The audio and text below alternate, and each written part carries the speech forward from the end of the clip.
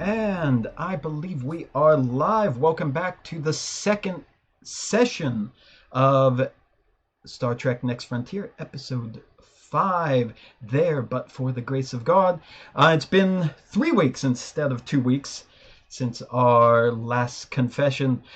So if we want to have a brief recap, or as brief as we can do, of what happened in the first session, just to make sure everyone's on the same page. You remember what happened in the last episode. I believe that Lieutenant Drake has volunteered to do the recap for us today. If anyone else hears something missing from the recap or has something else to add that you want everyone to keep in mind as this session starts, please speak up at the end. So, Lieutenant Drake, we will leave it to you. Yep, so after discovering information about the USS Darwin on AKB 807B, we headed towards the Sphere of Xylxyk, a very nebulous sector.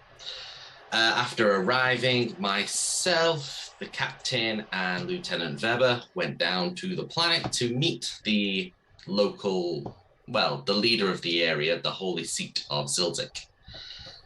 They control the general area because they seem to be able to travel the nebula very easily.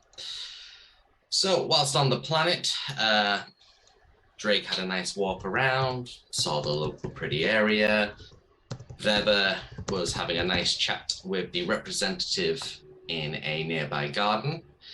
Once the captain finished her chat with the first honored scholar, Annie, she left the building, and the first scholar, myself, and the captain decided to join Weber and the representative in the garden. Along for the walk was one of the first scholar's security guards. During the walk, Lieutenant Drake noticed, everyone's usually in quite unique colors, but noticed a group of people all in the same forest green. Upon pointing this out, the security guard stares at them for a moment before opening fire. Following the prime directive mostly, Drake decided not to get involved and instead to protect the captain and hid behind a nice big sphere in the middle of the garden. Whilst hiding behind the sphere, Weber started to run over with the representative, and a firefight occurs between the green-hooded people and the security guard.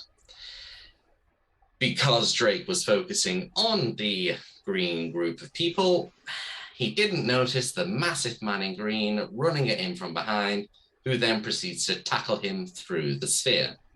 After a grapple, after going through the sphere, the large group of green people decide to transport out somehow, before more security guard arrives, and the head security guard of the Xylxyk comes over, shoots, and I believe completely executes the guy grappling with Drake, before then arresting Drake.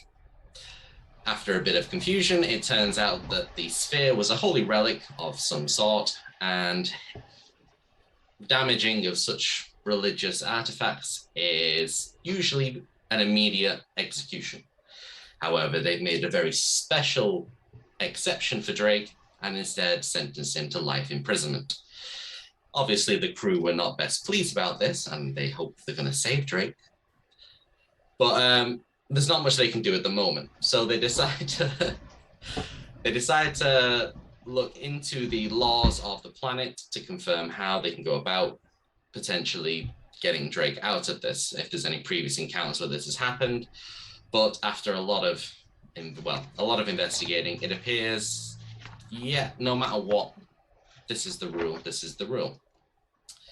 They confirm that Drake is currently locked in a room with no windows and no access to anything.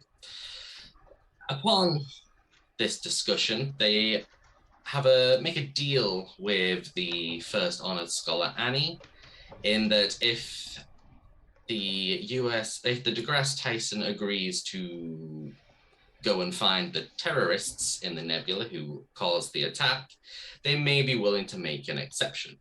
To do this, the crew need to modify the ship's shields to allow themselves to actually pass through the nebula without blowing up. Whilst all this is going on, or well, in tandem to this, during Drake's arrest, he was stripped very awkwardly, read the list of offences he's incurred, and then sentenced to death. He was thrown inside a weird transporter and teleported into a mine, which is where I currently am.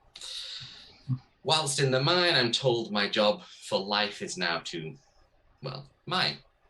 I also encounter a couple of Nausicans, as well as one Romulan, who decides that I'm now his comrade in arms, and we are going to escape the mine. The way he suggests is through an elevator located in the center of the mine. And whilst looking at this elevator, I noticed the doors to the teleporting room that I came in the first place. After the Romulan leaves, I also noticed a trolley being pushed by 2 guards to the room, which seems to be carrying a dead body covered in a tarp. And I believe that covers most of it, unless I've missed anything anyone wants to point out. Anyone else have any detail you would like to add?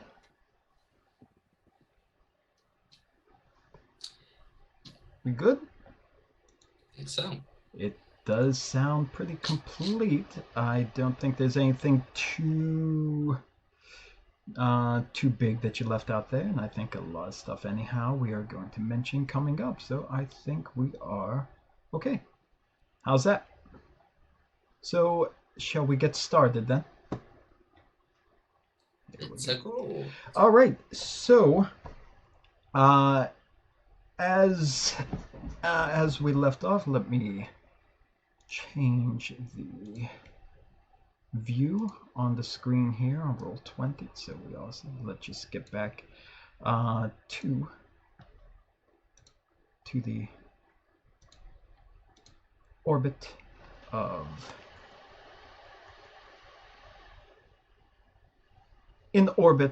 the holy seat of Xylxyk, where most of the crew are aboard the DEGRASSE TYSON.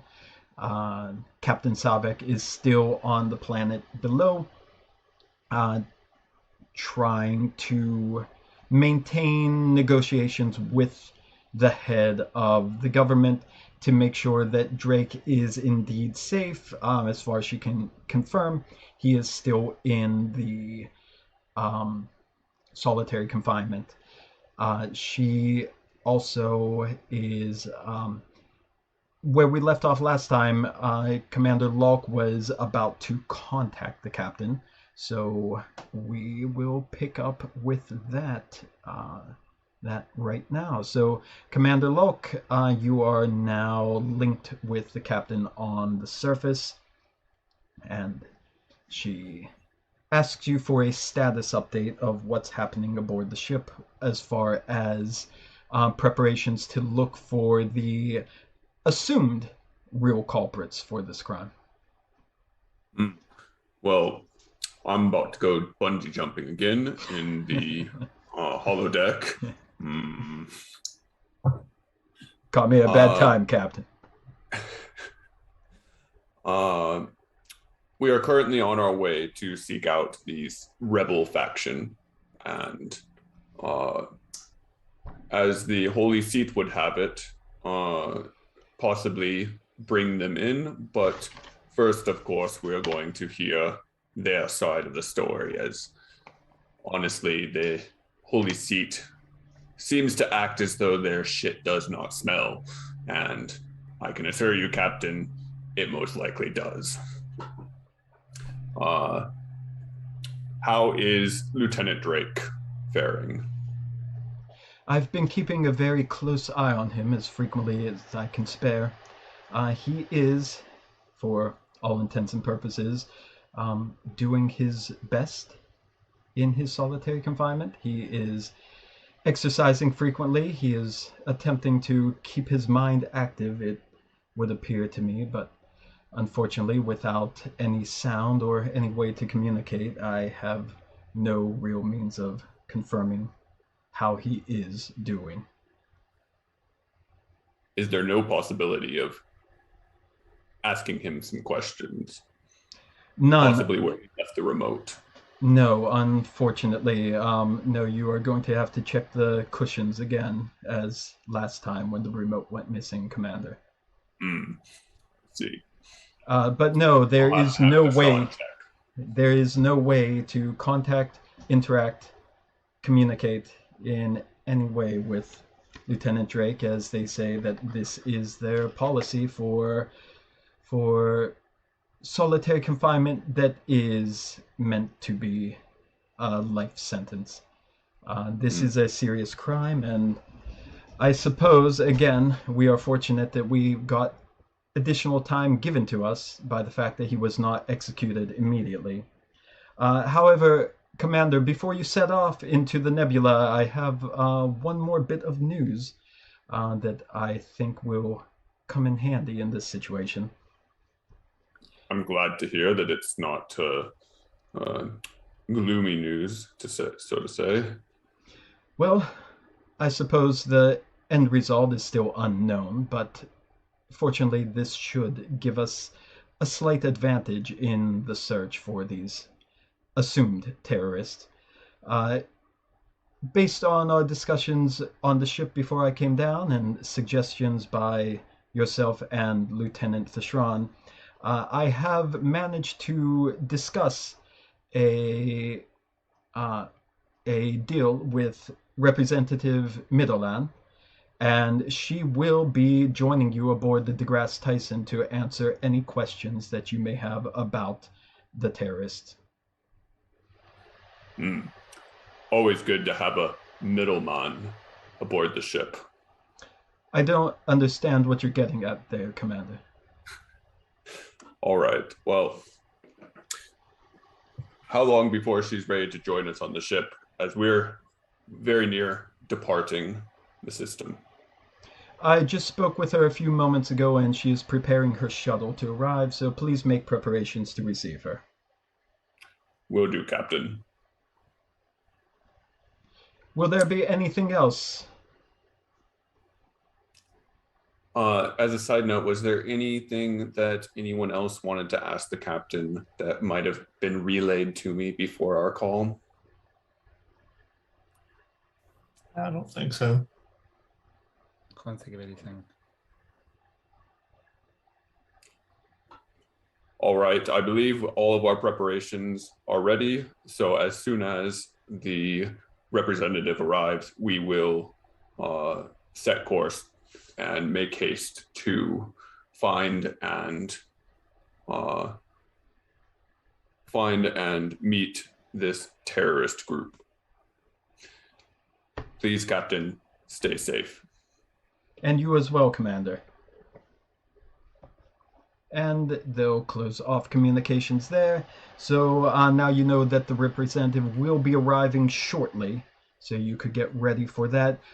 In the meantime, as I mentioned prior to the game, there's going to be, because of Thashran's analysis of the warp trail at the end of the last session, you know roughly the trajectory that the terrorists took going into the nebula. And the nebula, again, even for Shackleton Expanse standards, with how wild and disruptive the subspace anomalies are in Shackleton Expanse, this nebula is exceptionally dangerous. It's very vast, it's very massive, and it ranges between a class 1 to a class 4 nebula in its intensity. It's very difficult to chart due to the interference of the radiation, which is why the Xylxyk have had such a strong control over this region, as they are the only ones who can pretty much provide safe navigational information for anyone who wants to cross through it. So, what was I? Jeez, I lost my train of thought immediately there. So going into is going to be a little more dangerous than normal, which is why you made the changes to the shields. But it's also going to be useful having an actual member of the Xylxyk on board to make sure that you don't accidentally stumble into a dangerous region. All right, so rather than giving us direct information on how to navigate, they're sending the person that can help us navigate. Yes, that's kind of one of the ways that they maintain control of the region, by severely restricting navigational information to any ship that wants to go through. So anyone that kind of blows off their laws and their ways of doing things, and like, well, I'm just going in. It's a huge nebula where you go and do patrol hundreds of light years. They go in and probably never come back out. All right, and do we know, is this a person from one of the factions that we're, like, with the faction that's working with us, or just a general person? This is the representative who is part of the cabinet of the missing Prime Scholar. So Okay. she is the one that was giving the tour to Lieutenant Weber before everything went to hell, and now she is also the one that was acting as the go-between between the First Honored Scholar and Captain Savek, since for appearances he has to distance himself from the controversy. Sounds good. Okay, so that's the same Paul? person. Yes. Is there any way I could sort of work on the shields a bit more before we set out, seeing that I'm now present, so to speak? Yeah, as opposed to last time. yeah, for now, no, unfortunately. Like again, the shields aren't bad.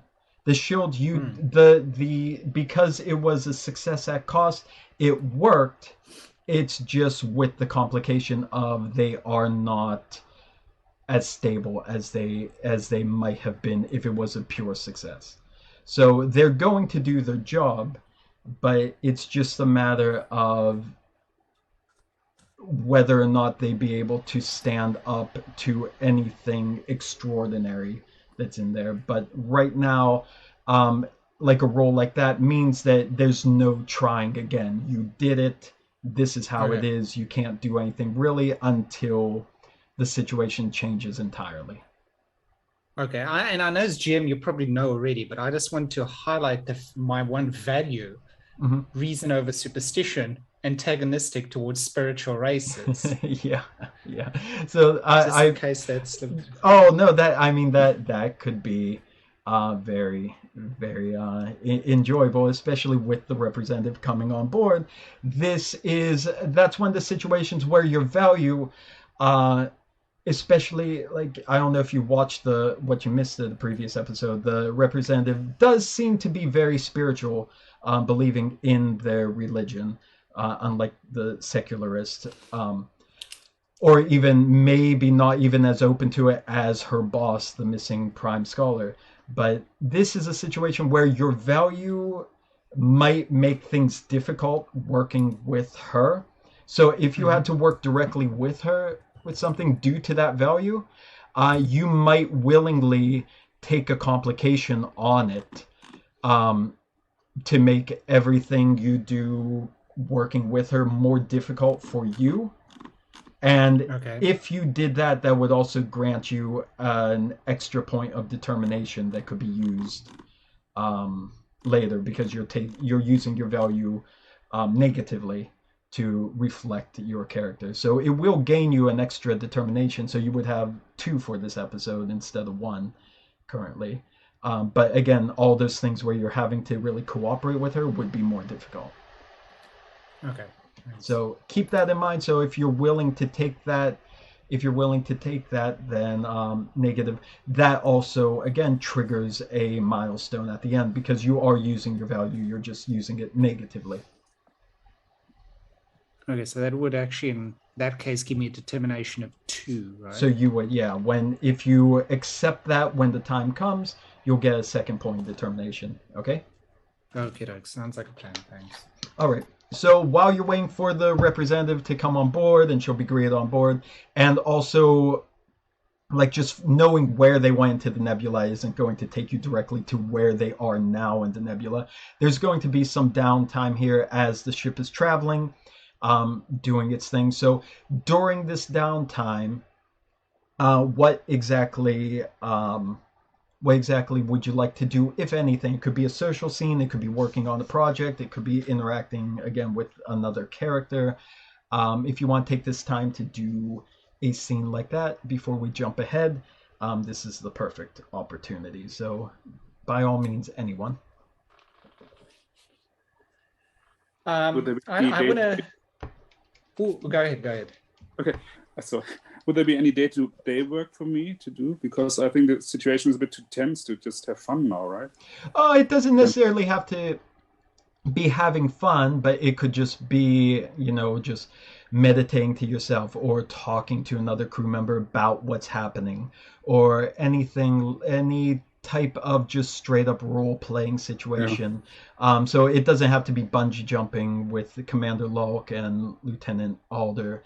It could just be anything that you don't have, and it could be while you are doing your day-to-day stuff. You're just running your scans in the science thing. You could even use this time to, if you want to do any specific scan or any specific project of that might not be crucial, but you still would like to have it done, this could be the time to do it. So it's really open to you.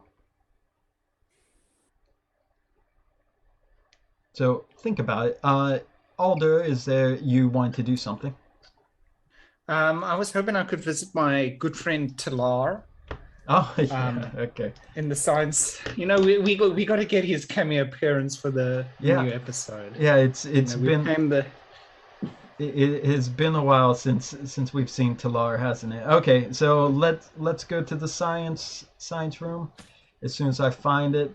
Also, Lieutenant Weber, would you be in the science lab as well? Okay, so then I'll put your cheery little face in there as well as soon as I find you. Let's see here. Okay, there we go. So I'll have you working on something in the science lab as well. This will also be your first encounter with Talar, as far as I can tell. So, I mean, I'm sure you've encountered him already on the ship, but just for the sake of on-screen appearances, since he is working there in the lab. Okay, so we are in the science lab. Now, here's another thing. Can you just check for me, Terry, are you able to move your token on the screen? Because Drake wasn't... Oh, yeah, he's just flying around the screen there. Look at that. Okay, yeah, all right, yeah. He just comes running into the room. It's like, science, bitches! Like, okay. David's character's like just in a wheelchair. He just can't move. Okay, good. You have full control of your character. That's good. Yeah. All right, so you come into the science lab and you see your technically your position replacement, Lieutenant Weber, is working away at a project there, and Talar is sitting at his usual station working on something and just kind of grunting to himself as typical. Okay, so Otto walks in. Lieutenant Weber, would you mind if I quickly grab Lieutenant Talar for a moment from you? No, sure, go ahead. Talar, it's been too long since I've seen your cheery face. How are you doing down here? How am I doing down here? Well, I'm doing just as good as I'm always doing. Just department is falling a little bit behind because they send us people who are less qualified than other people to do things that I'm qualified to do. But I'll just stick to my side doing what I do best and just let you hide up on the bridge there with the big shots and pretend you know what you're doing up there, right? Well, pretty much the same as when I was in the science department. But, I'm sure your next posting, maybe Starfleet will make you head of science. Who knows? We can only dream, right? But Talara, I've got something important I need to grab your help with. Just a little side project. Do you have the time? Well, I knew the moment you walked in here you needed expertise. So, yeah, I braced myself for this. So how can I help you? Well, I noticed after our last adventure, so to speak, when we were so severely damaged, we seem to have lost the services of the ever cheery EMH program. Like, no matter how I'm trying to find, I cannot find Mark. And I was hoping you could help me reactivate him, if possible. What, you have a problem with the new EMH they installed here because it doesn't have a silly Earth name attached to it? Well, I think two hands are better than one, so to speak. So I miss Mark. I mean, I really wanted to get him to know him better, but before I knew it, there he's gone. And just in case we need a backup system at some point, I thought it might be worth investigating his reactivation. Well, I will admit he was the only human on the ship that I could bear spending more than 2 seconds with, so it might be worth looking into. Alder slaps his thigh and laughs at that ribald joke from Talar there. Talar's expression doesn't change at all as usual. Ah, good old Talar, just as I remember you. Well, it would be worth checking if there's any backup for him in the computer core, because I'm sure that whatever Klingon text they had at Narendra didn't bother doing that. Okay, well, let me quickly just run this past Commander Lulk, make sure we're all above board here, unless you think we can just give it the good old college try ourselves and not worry the brass upstairs. Oh no, by all means, you should run by one group of Klingons' incompetence past another. Okay, so I tap my little communicator and Commander Lulk, could I disturb you for a second? Never a disturbance to hear from you, Lieutenant Alder. Good to hear, sir. I just wanted to check with you. I'm here with my good friend Talar in the science lab. I was only hoping, friend. Only a friend. But anyway, I was hoping in our downtime on the way to the Sphere of Xylxyk, we could actually perhaps spend a few cycles to reactivate Mark, the EMH. It seems we've lost him somewhere in the computer systems, and I was hoping we could get him back just in case we need a backup in case of any future problems that might arise should we lose our current medic. What happened to the previous EMH? I think, as far as I can remember, during the damage we received in our last adventure, we actually, he was deactivated somehow, or he got lost in the computer's core. So I'm hoping we can sort of track down any trace of remaining in the system, reactivate it, make sure everything's just hunky-dory, and then we're good to go.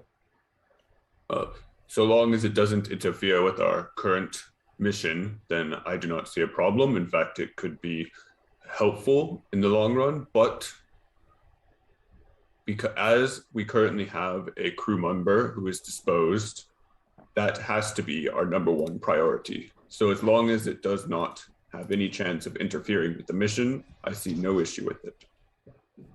Of course, Commander, understood. I'll grab Talar immediately and do what we can on our side. All right. If you do find him, though, before fully activating him, make sure to do extra checks to make sure that nothing has gone awry with his programming. Okay, will do, sir. No problems. Thank you very much. Best of luck. Thank you. Talar, let me know when you're free and we can start working on this. Yeah, I'm sure I'm never going to be busy doing my job as the true lead scientist down here, so I'll pencil you in.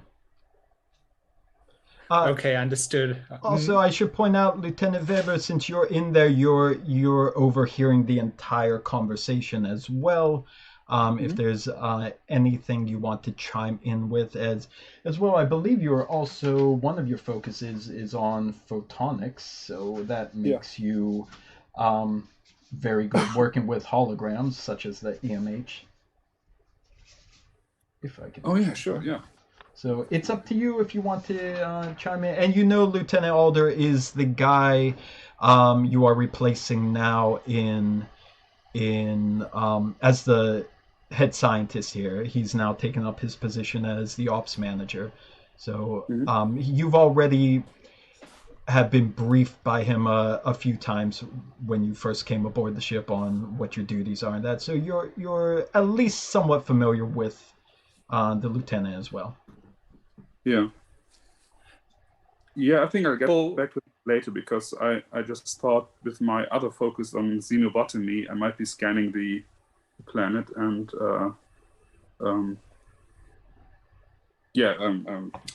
oh god, I've tried. Recording the plant life and everything, and however it's possible without interference.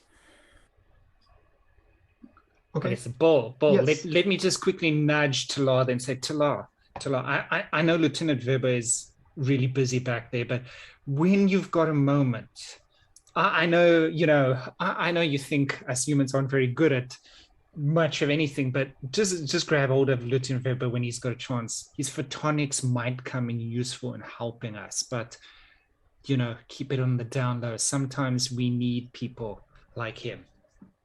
Sometimes you need people. Yes, I understand that. Okay, well, get back to Talar. Just let me know. I'm just that's a very, very interesting family of trees I found here. But if there's anything I can do right now, just let me know. No problem. Thanks, Weber. We'll get back to you. I mean, Talar can't just drop everything for us, right? So we'll probably get to work on this at some point when we've got more time, hopefully, right, Talar? Oh, of course, and probably the sooner the better, because I believe Lieutenant Weber is going to be decorating this place with just infuriating flowers before things are done here. Okay, well, let me tinker around upstairs on the computers and see what I can find, and if either of you can do the same on your side, and we can always let each other know what you find and take it from there. Talar gives you a parting insult and lets you go on your way. I give him a cheery wave and walk out the door. Okay. All right, so I penciled that in as a possible project coming up, restoring the old Mark EMH. Anyone else want to jump in with something you want to do or say? Yeah, I could say I pass Alder on his way out the door. I'm coming into the science lab. Shran, and Shran walks up to one of the emergency panels in the science room and removes it, where in the event that there's an emergency boarding where phasers should be, and he places 2 phasers into the slots and puts the panel back and nods to Weber and TR, this gentleman, and walks out the door. I swear, I don't understand what that blue-skinned idiot's fetish is with all the phasers on the ship. Every time I see him, he's taking or returning phasers everywhere. So, wow. I mean, I think idiot's a strong word. Oh, were you able to hear me with those little flippy things on your head? I'm sorry, I didn't know they were so sensitive. Wow. Oh, okay, all right. Well, oh my God! What the? Yeah. That's why it's taken. Okay.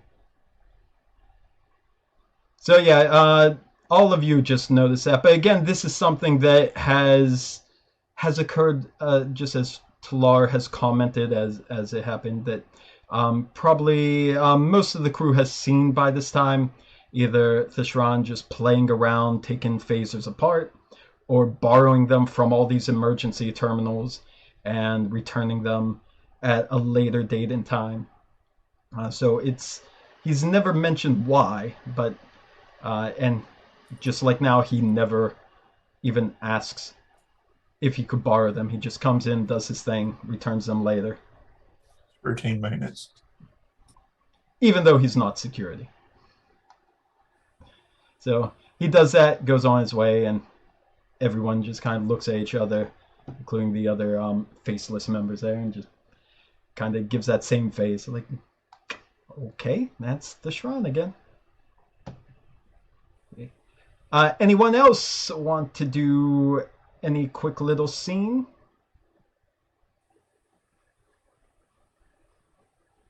Nothing? Just Yes. you might actually have said that a few minutes ago. But who's actually leading the science department?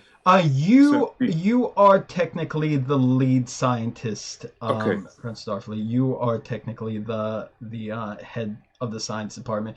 Lieutenant Talar is there as basically a science assistant, even though he, of course, will claim that he has more science knowledge than everyone.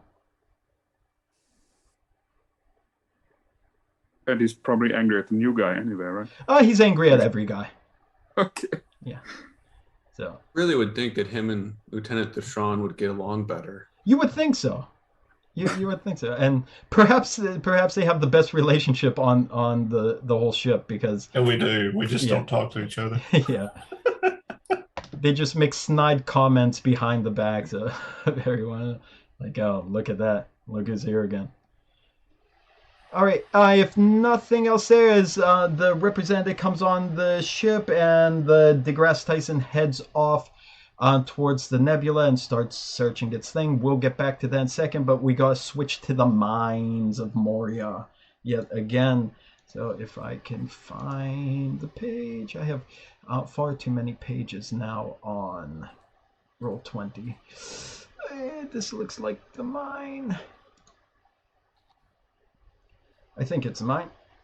It is the mine. Okay. There we go.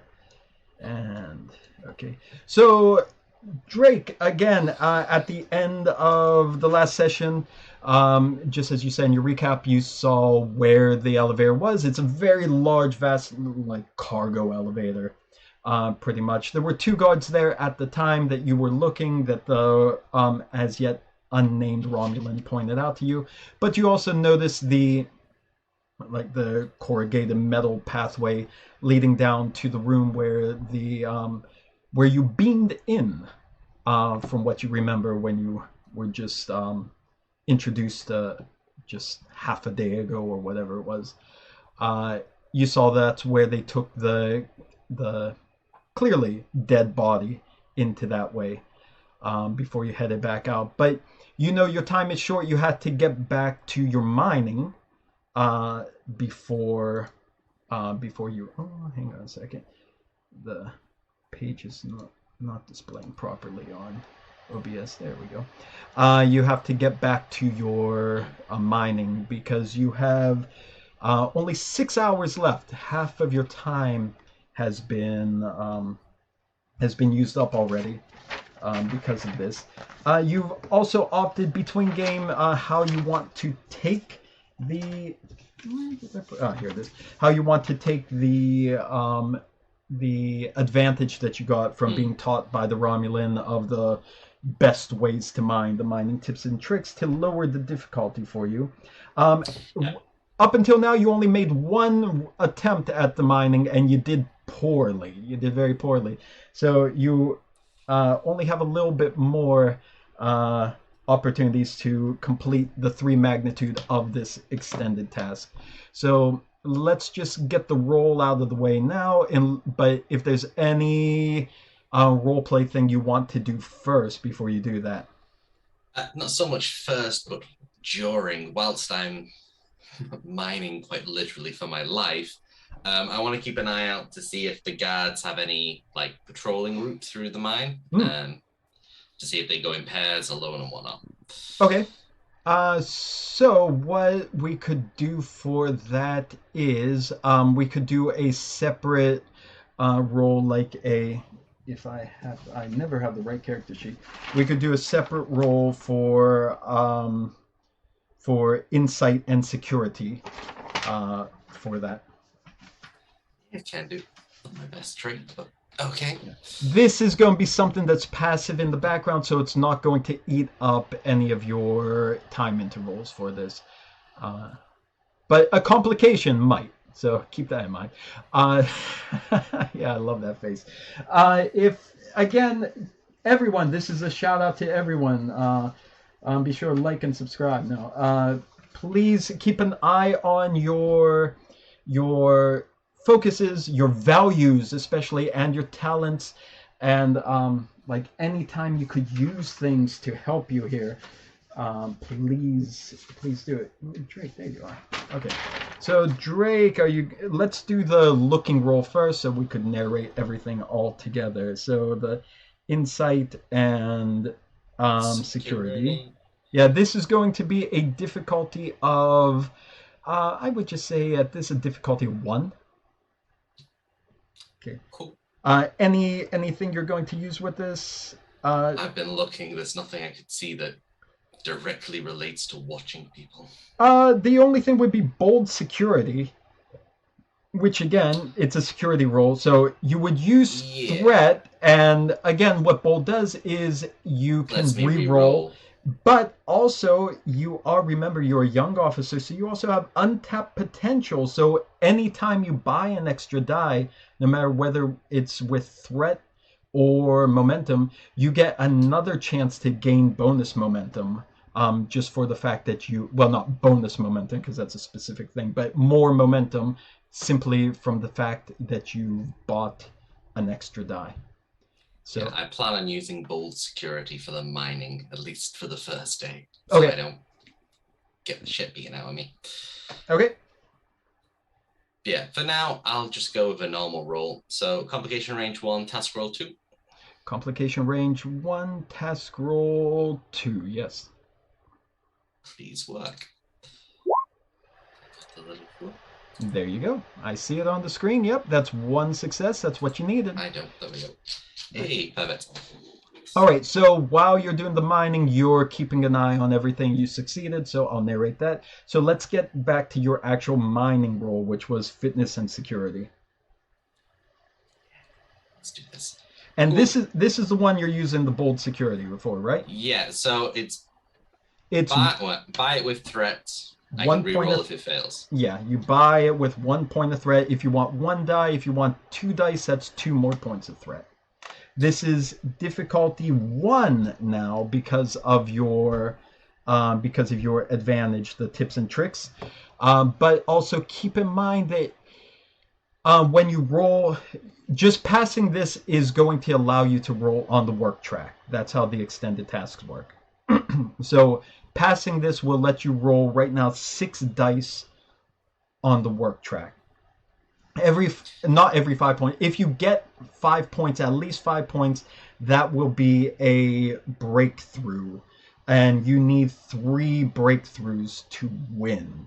It's not every 5 points. So if you get 15, that only counts as 1 breakthrough. But well, not really, because you're going to fill up the track. No, yeah, track is 15. So you can use extra momentum to add more to the work track. So you can use it to re-roll dice. You could add it to there is also resistance of 2. I don't know if you took notes down on this last time. There's resistance of 2. So 1 momentum can be used to kill that resistance. Other momentum can be used to either re-roll the dice or just add more work completed on the work track. So even though it's a difficulty of 1, getting as many successes as possible to build up the momentum is going to be your best bet for passing this in time. That's all I want to say about that. Well, I want to say more, but I never shut up, so I will. So yeah, I'll buy 1 threat of dice, so I get 3 total just to see how. Okay. Alder, if you're keeping up with that on Discord, that's 1 more threat added to the pool. So you're rolling 3 dice. You know what? We could even say that a task like mining your endurance focus would apply to that. Oh, yay. I was hoping so. So I would say, yeah, add the focus on there. And there we go. Let's go. Hey. There you go. So that would be 2 successes. Now which means you gain 2 more points of momentum, raising that to 4. But also, I want you to roll 1 challenge die, the D6 one, for your untapped potential. and only one challenge dice. Oh yeah, I forgot the challenge dice are red on zeros for some odd reason, and that confuses me. But okay. So yeah, no extra momentum gain. Right now you have 4 momentum total, and you pass. So now what you do for extended task, again, everyone get this fresh in your mind, because there might be some of this coming up for everyone in the near future.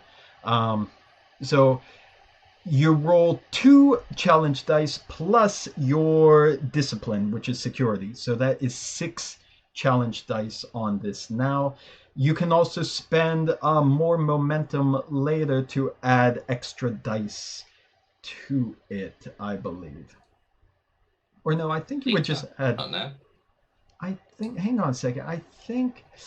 Oh, why do I forget this? I think it actually. Let me just check if it does 1 dice or 1 work. I don't know if it lets you add 1 extra die or it just adds 1 work itself, because there might be a slight difference here. Whichever's best for me. Please. Whichever is the best for you. Is the problem is the big problem is that I looked this stuff up, but I get confused easily, so I forget almost immediately what the answer is. So I think extended task. Apologies. It's been a while, and I am 91. Oh, I was so close. I gave up too soon. Okay. Oh yeah, it just lets you buy the work itself. So yeah, you could spend it later and just buy more work rolled. Okay. All right, so roll your 6 dice. Ooh. Okay, so that is 2, At least 5. 4, 6. So that's 2, 4, 6 points of work rolled. Now there's 2 resistance on this track, so that would knock it down to 4. So what you can do is momentum spends to kill that. Either way, buy work or kill the resistance. I'll do either. 1 point of momentum will kill the resistance. 2 points of resistance, so you could spend that. Okay. Oh, 2 points of resistance. Yeah, do that. So 1 point that kills 2 points there. So that will let all 6 points go through on the 15. You can spend, again, 1 point for 1 work being done. So you have 3 more left. You could technically bring that up to 9. Or you can also spend 1 point of momentum to re-roll the 2 dice that came up zeros, if you want to see if you get. Yeah, both of them. You could re-roll any number of challenge dice, but you can only do that 1 time. Oh, right, yeah. Okay, yeah, then so there's 3 left. I'll spend 1 more momentum to try and re-roll those 2. Okay, so roll your 2 dice. You rolled everything. So click, type. I'm not sure. Yeah, type 2. Yeah, I typed 2, and it's. There you go. Oh, I still had the click in it, so it didn't register the update. My bad. Okay. Okay, so you got 1 extra done. So basically the same as spending for 1 point of momentum anyhow. You have 2 points of momentum left. Keep or use? Keep, because I'm gonna use it for resistant removing. Okay, so that is 7 points of work done, which also, which takes it down to. Yeah, makes it 1 breakthrough, so breakthrough. Let's see. You got 1 of your 3 breakthroughs already. There's 8 points left in the work track. You've also used 2 more intervals, taking you to 8. And you can also, again, everyone, see, pay attention to this stuff. You can also use 1 point of momentum to have the amount of time you used on a time challenge. So 1 more point could make that 7 instead of 8 time intervals, but it's your choice. Okay, we'll go again, and then I'll make the decision. Okay, about so the time thing. So you're. Hey, it costs 2 for this time. Yeah. Okay. I didn't realize it was 2 each time. Crap. Okay. Yeah, you're good for now then. Yeah. Okay. Yeah. Okay, so you're back to the net gain of just two momentum that you started with. You got one breakthrough, so the tips and tricks that the Romulan has taught you are really paying off dividends, and you have made quite a good amount of progress in only about 2 hours of work. You probably have your quota about a third of the way completed in just those 2 hours, which is pretty impressive. But as you're working, you are looking around. You are trying to keep your eye on the patrolling guards. You're seeing how they're coming and going. And you do notice that there does seem to be a routine to their patrol. Some of them are usually always standing on guard at the same point. Others are taking a walk around. And occasionally there seems to be a gap time where the standing guards are gone for a moment before what you assume are the replacements come in and take that place. The guards don't seem to be too concerned with what's happening on the floor. Most of them are up on the catwalk overlooking. So most of them don't really seem to be too concerned about that. The patrolling ones are on the ground floor with you.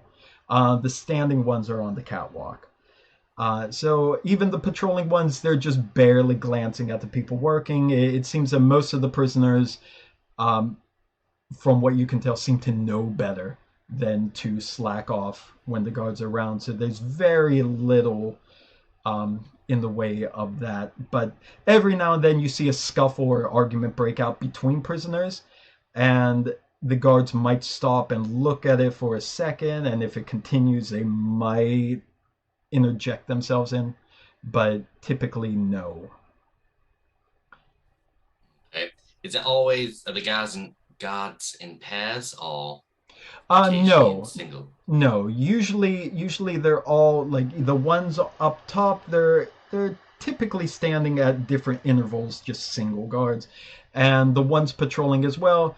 It's usually just a sole guard making his typical route and going through, but pretty much like clockwork. However, you only have about 2 hour window of watching this go on, so you can't say for sure if it's going to change during different shifts or nighttime, daytime, whatever it might be. Okay, just to confirm as well, the mine, is it like the one behind me or is it just one big cavern? It's kind of both. There are large caverns like the ones you see on Roll20, and there's of course the very narrow claustrophobic tunnels such as that. That's where the Romulan took you through to get to the elevator from a different route than the one you were dragged in from. So it's a combination. It was more they go through these tunnels. That's what I'm after. Okay, yes, cool. Yes. Okay. Yeah. One other thing you notice, since you did take a look around, as you're getting to the end of this 2 hour burst of activity that you're doing, you see up top again that very stern, severe-looking Xylxyk man who was pointed out to you as being the High Warden.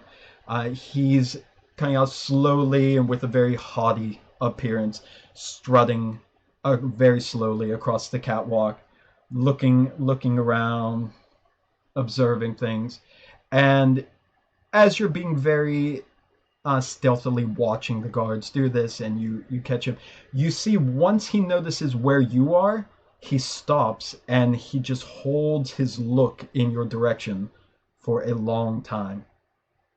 And then he, again, just same slow pace, walks to the nearest guard that's standing duty, and you see him speaking in a low voice to the guard, and the guard turns and you notice him looking in your direction as well.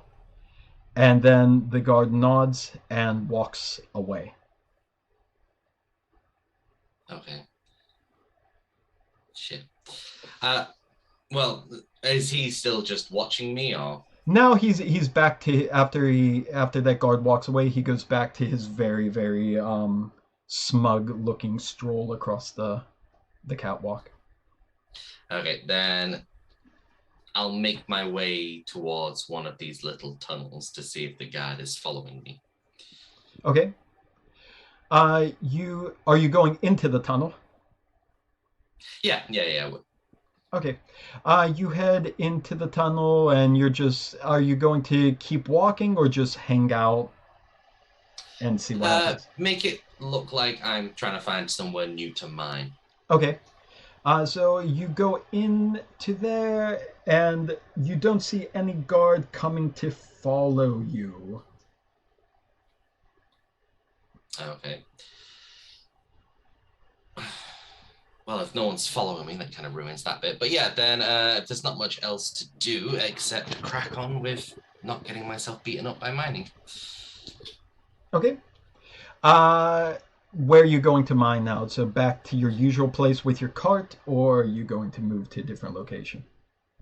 I'm going to try mining in the little tunnels to see if I can find more quieter areas or any crevice sort of areas.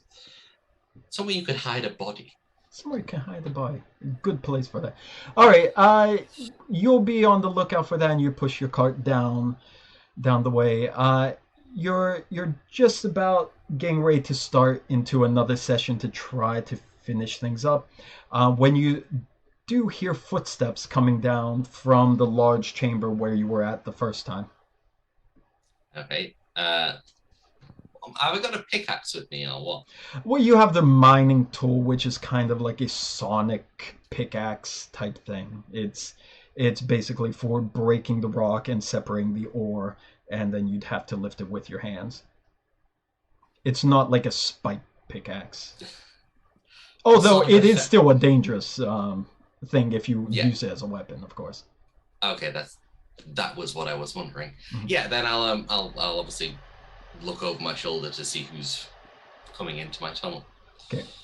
You look over and you see possibly the same two. It's really hard to tell because of the way they look, you know. I mean, not to sound racist or anything, but the two Nausicaans, tall, burly Nausicaans, just strolling down the tunnel, not with their mining gear, not with their carts or anything. They're just coming down in a pair, and they're heading straight for you in this narrow, cramped passage.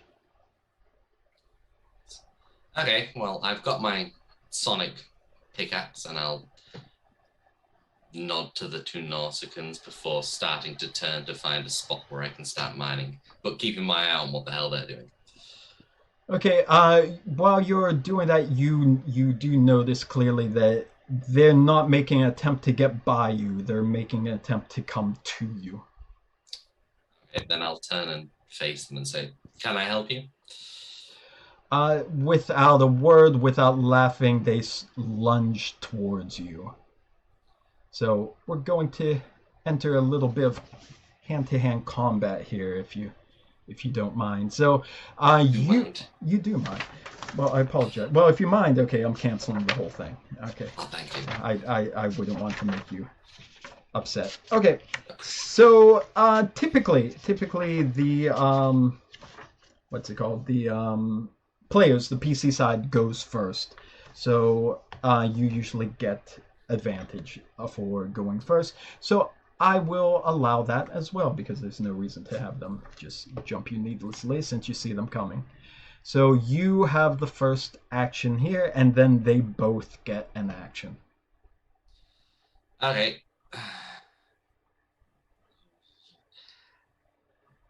I am going to try and take... How does the sonic pickaxe work? Is it hit or like a force thing? It's similar to like a jackhammer of sorts, where you would basically jam it into the rock, and then it would use a sonic emitter to loosen the rock with its sonic energy.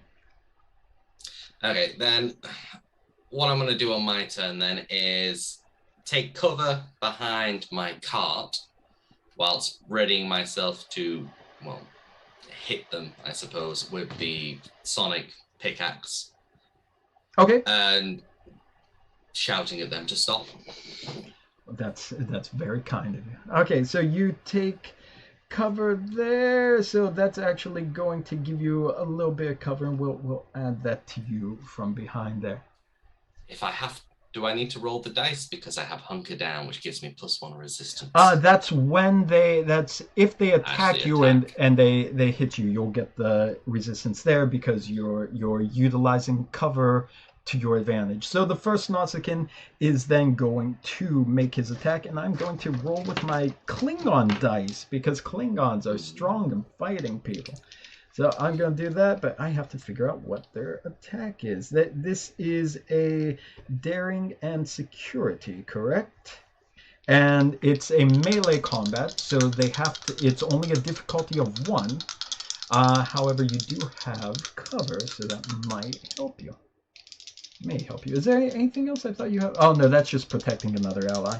Okay, so the first one lunges at you to try to fight, and let's see, this guy, he needs to get 11. Is that right? Yeah, he needs to get 11. So he got 1, only 1. Yeah. So come on, it's combat. We want to see how it goes. Okay, he got only 1. So okay, yeah. Okay, he lunges at you, like does a swing at you from over your cart just as you like slide in there to get around. So he scores a hit. Now we're going to, because he got 1 success. It's 1 success. Oh, I thought you said he needs 11. I was confused. No, he needs to roll 11 or lower, and 11, so he got 1 success. He got a yeah. 10. Like, yeah. So this is melee. That's 3. I'll roll my Klingon dice again, my Klingon 6-siders too, because come on, it's Klingon. So rolling that to see if he does anything, and that is 2 effects, but the effect could. Yeah. Okay. So what that would do would be 4 points of stress damage. However, since you are behind your cart, you are going to get 2 dice of resistance. So you get to roll 2 6-siders as resistance that normally you wouldn't have resistance, but this is variable resistance for that. And any effect adds 1 additional point of resistance to it. Thanks to your hunker down. That's what that means. I so hope I get resistance. I got nothing. You got nothing, but you still get the 2 from being around the mine, or being around the mine cart, I should say. So basically, he clips you with his fist as you go over, and you take 2 points of stress, which is not enough for a wound. And the other Nausicaan is also going to try to lunge at you from the other side as well. Okay, which he got 2 successes, barely 2 successes, by 11 and a 2. So he is going to generate 1 point of threat for that, because they get momentum in form of threat. And he is also going to come punching at you from the opposite side. You still get the same resistance deal there. This is again 4 points, because it's 1 effect, and he rolled a 2. So roll your 2 points of resistance there. You do. So you got 3, so that's only 1 point of stress taken there. So that's 3 total. And I don't know what happened to you in the past, but I have these boxes checked off already. Okay. No idea there. Anyhow, okay, so that's 3 points. So you go around the one side as the first guy lunges at you. You're behind the cart. He clips you, and just from the opposite side, the other guy reaches over, like hits you on the shoulder, and you're ducking down, but he doesn't get a full grasp on you. It's back to you now. Well, okay, they're not stopping, so now I'm going to take a good swing at whichever one's closest. Okay. With the Sonic. With the Sonic. So you're going to do a this is a what's it? You're using a weapon. You're using a weapon with oh no. How likely is it to kill them? Just out of curiosity. Well, the thing is, are you going to be trying to kill them? No. Okay, so if you're not trying to kill them, you have a good chance of just knocking them out with a good hit. Okay. So this is going to be, yeah, it's going, I'm losing the word, improvise. It's an improvised weapon, and it's pretty hefty, so it's going to be like about a 3-die weapon there. So if you hit with it, it's going to deal 7 points of damage. Okay. Okay, so 2 points stronger than your regular unarmed. So you have to roll your fitness and security. Again, I'm sorry that we're just going step by step, but we really never fight in this game. So just making sure we're doing this. Okay? This still counts as hand-to-hand combat, right? This is still hand-to-hand, so you get the focus, yeah. Cool. Then 1, task roll 2, roll... Okay. 2 success. This again, yeah, okay. This again is like another security thing. This is something you could use bold for, of course, to get extra dice. So all your security rolls, yeah. But apparently I was too slow there. That's still a hit, though. That's still a hit. So you got that. So you roll your 7. You gain 1 point of momentum because of it, because you got extra. So now you roll your 7 damage dice. No, wrong thing. That's not the challenge dice, is it? Challenge are the 6-siders, but nothing came out. So the just type a What? 7 in there. Oh, in the challenge dice. Okay, yeah. Okay, so that is 2, 4, and the one thing does a 5. So that's 5 points of damage. And again, you can still use momentum to add more damage to it. You could do 1 point momentum for a reroll. I believe it's all the same thing for the other dice as well. But right now, that's 5 points of damage as it is.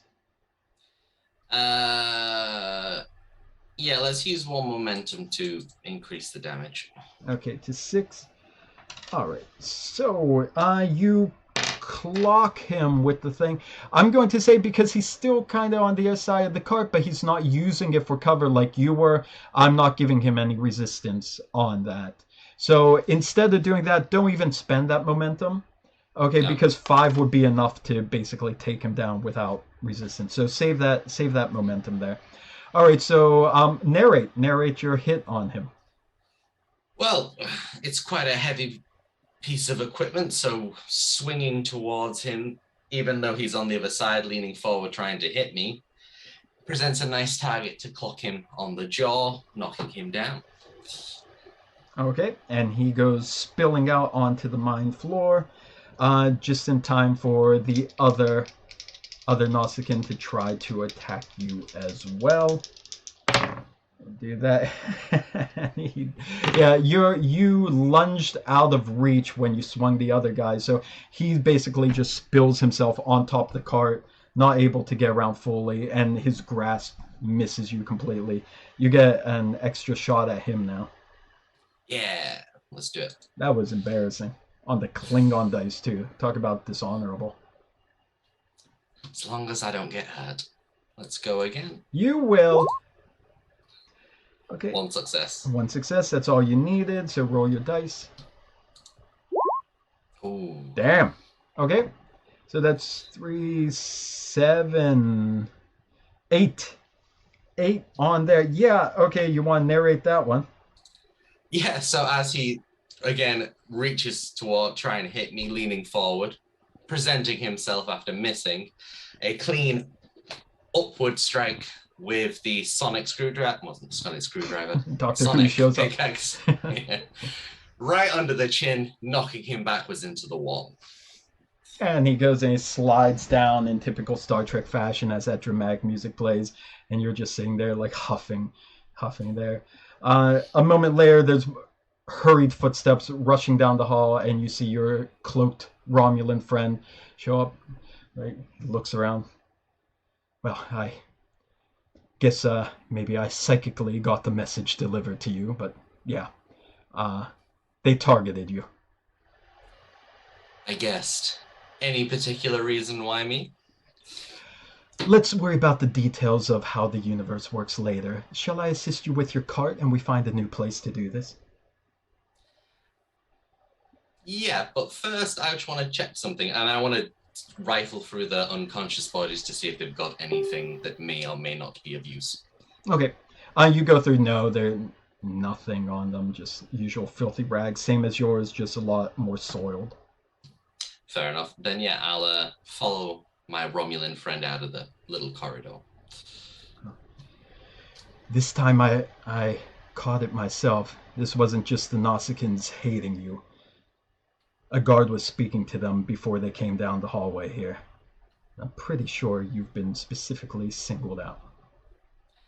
Yeah, and I'm pretty sure it's the head High Warden who sent that message along, as I saw him talking with a guard who quickly disappeared earlier.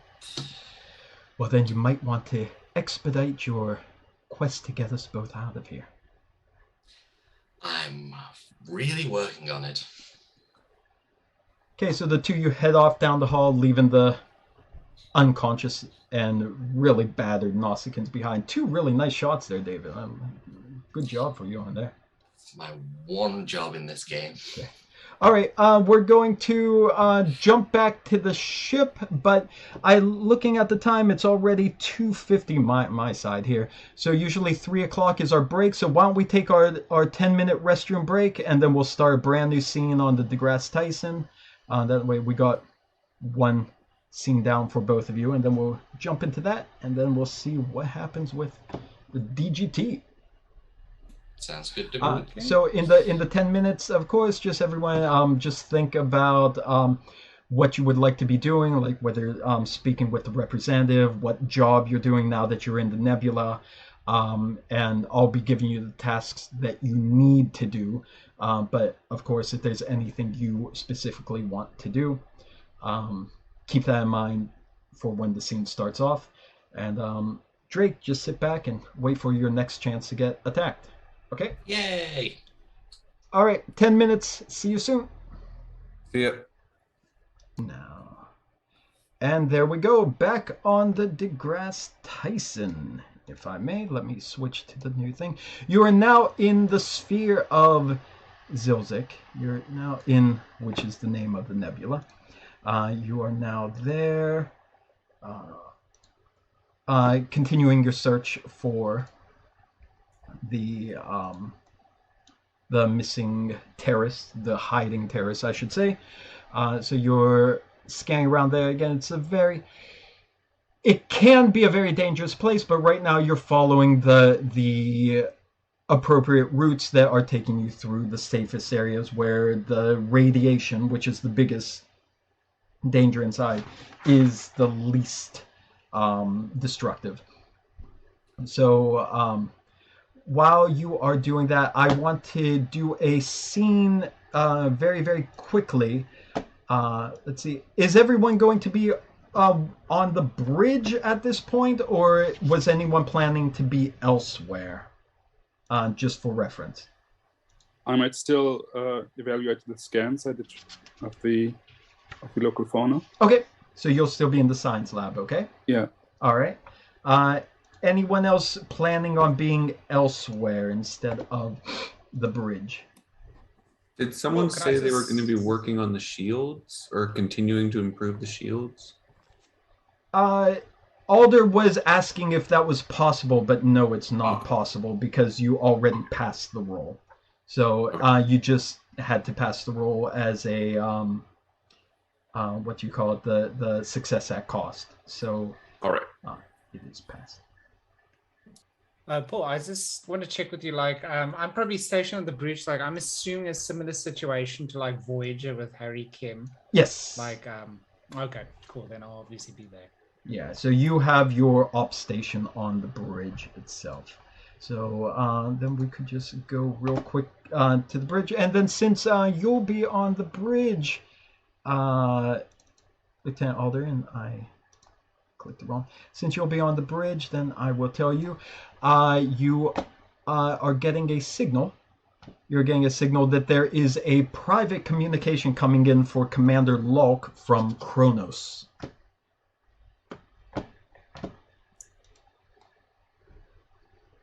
It's not showing. Whoever is, I assume it's a no name that's on the bridge taking the calls. No, that would be straight to Alder as the ops guy. Oh, okay. Commander, I've got an incoming message for you. Where would you like me to put it through? Where's the origin of the message? It's coming from Kronos, it would appear. You can put it through on my screen here on the bridge. What is it? And Okay, on the screen you see the face of your mother appear. She's dressed not in her regular uniform, but in her civilian clothes, and you can see from the display that she's in the family home on Kronos. Ah, Mother, I see you've received my message.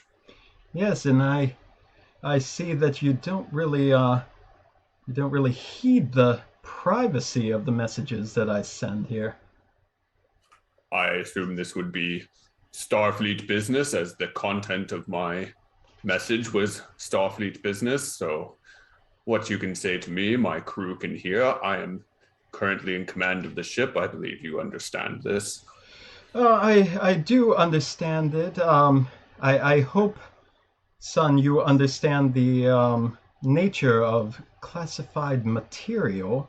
Perhaps you might want to take this in a separate room.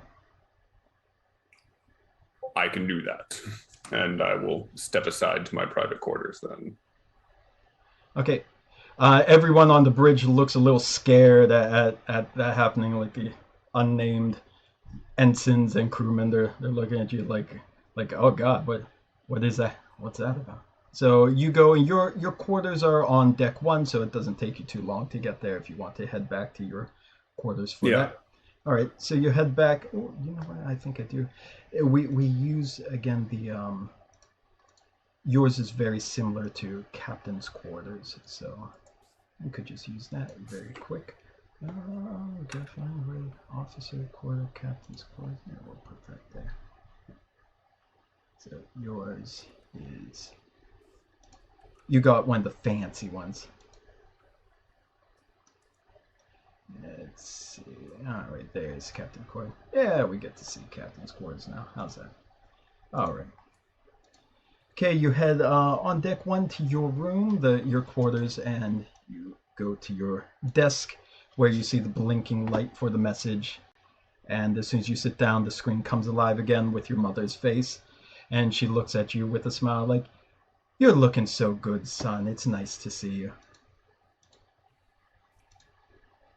Good to see you too, though can't imagine what gives you the feeling that I'm looking good. Never will understand humans, even if you are my mother. Well, let's just say that Commando's always fitting for you. How are you doing under Captain Savik? She certainly leaves me with plenty of responsibility, more than I believe the standard commander is given, which is both satisfying and worrisome at times. But currently our predicament is what I need to focus on, as we have, as you may have seen in the communication I sent to you, we have a crew member that is incarcerated on a little known planet. Yes, little known by Starfleet standards, but however, your request had me pouring into what they have here on Kronos, which I should say to you was not the easiest thing to do without calling in a few favors. You know, it might be easier to get access to Starfleet records with my position, but just being the wife of a Klingon is not enough to throw my weight around here, but I got it for you for whatever it's worth. What were you able to find? Anything at this point will likely prove helpful. Well, you want to know about the society, and I will send to you again a little brief transmission and dossier of what they have in their records, but pretty much what you found, what you've already known, is standard according to what contact the Klingons have had with them. There has been no diplomatic relations established between the Klingons and the people of the Xylxyk world. So we don't have anything detailed on that. The only thing of interest that I found in the files was concerning the religion. I don't know how well they explained it to you, but it appears, and perhaps I'm just reading too much into this, but it appears as if their race was enslaved millennia ago by an extraterrestrial society. And enslaved, yes. And according to the religious doctrine, their deity, whoever the savior was, smote the star from the sky that the demons came from. The enslavers. The enslavers, I assume, were the demons from the sky. Very interesting. Is there any indication of how long ago this might have been? This appears to be at least a couple thousand years by my reading. Very interesting. There seems to be no mention of it whatsoever from either a cultural or practical impact on their society from what we've seen. I'm not sure. I myself have never heard of them until you contacted me. Well, that information might prove very useful. I appreciate it, Mother. My pleasure. And you said you were on the trail of the missing Darwin that disappeared, how many, 60, 80 years ago? 60 years ago, according to the records. Yeah, and you believe they came in contact with the Xylxyk too. Have you found anything? It seems that way. We have yet to find anything other than we have a few hints in where they might have gone, but before we were able to fully investigate, we ran into the cultural disagreements. I see. Well, if the Darwin were the first Starfleet officers to encounter the Xylxyk, unfortunately they disappeared before they could file a report. So we only have what the Klingons have put down to go on. I was afraid that might be the case, as there's nothing on the open records that I have access to. Unfortunately. Be careful out there. Will do, Mother. Give my best to Father. I'll try. Until next time. And she parts with a love you that gets cut off as you close the channel before she could finish it. Okay, so she also transmitted what small information that the Klingons have that pretty much supports what she just told you, as well as things that you've already discovered just briefly on your own. Okay, sounds good. Okay, by now, also Representative Middleland is also on the ship. So, going in, Commander Locke, what is the next course of action that you want everyone to take? You're currently, of course, entering the easier to travel parts of the nebula. While we have time, I'd like to call a meeting of the different heads of departments. So essentially everyone here, along with the representative, so that anyone and everyone can ask questions of the representative, and we can kind of get information before we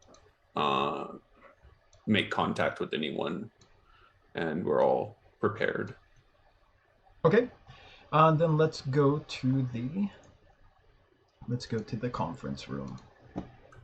And what again was the name of the contact? The representative.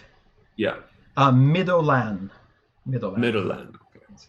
Let's see here. Let's get. Do they have a title? Representative.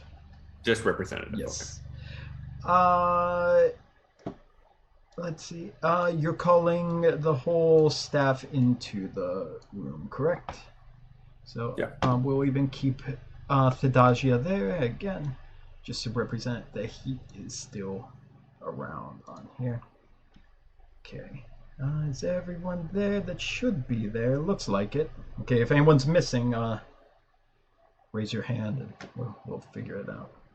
All right, so you called the meeting in the conference room. You're all seated around there. The representative is also there as well.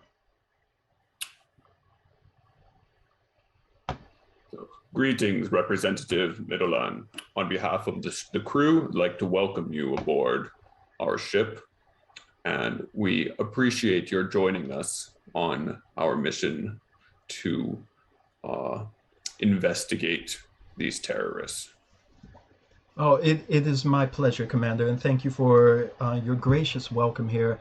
And I would like to personally say I'm both very embarrassed for what happened and also very regretful that our true first contact between our societies has to be in such a negatively tainted situation. So I will do my best to help you track down the true culprits, and with any luck, we will get your crewman free, just as the first honored scholar Ani has assured me. I appreciate that. Has there been any word of Lieutenant Drake? There's Lieutenant Drake. The last I saw, your captain was keeping a close observation on him on the security monitors, and he appears to be in very good condition, considering his time alone. I know some people, I've heard, do not take well to being isolated in such an extreme manner, but it just goes to show you how well disciplined you Starfleet are. I see. What can you tell us about the faction that we are going to try and meet? Okay, and she starts to explain about the faction. So, of course, in true Star Trek fashion, anyone's always free to speak up around the table, to ask any questions or chime in on what you want.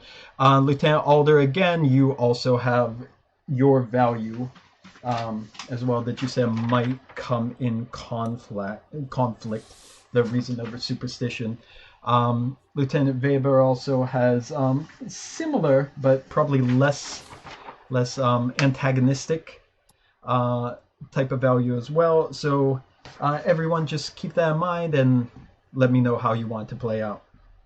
So the representative briefly explains that, excuse me, just to sum up things that you already know, that it's a secularist movement, that in typical society on the world, they would not be allowed to openly express non-religious ideals or argue against the religion.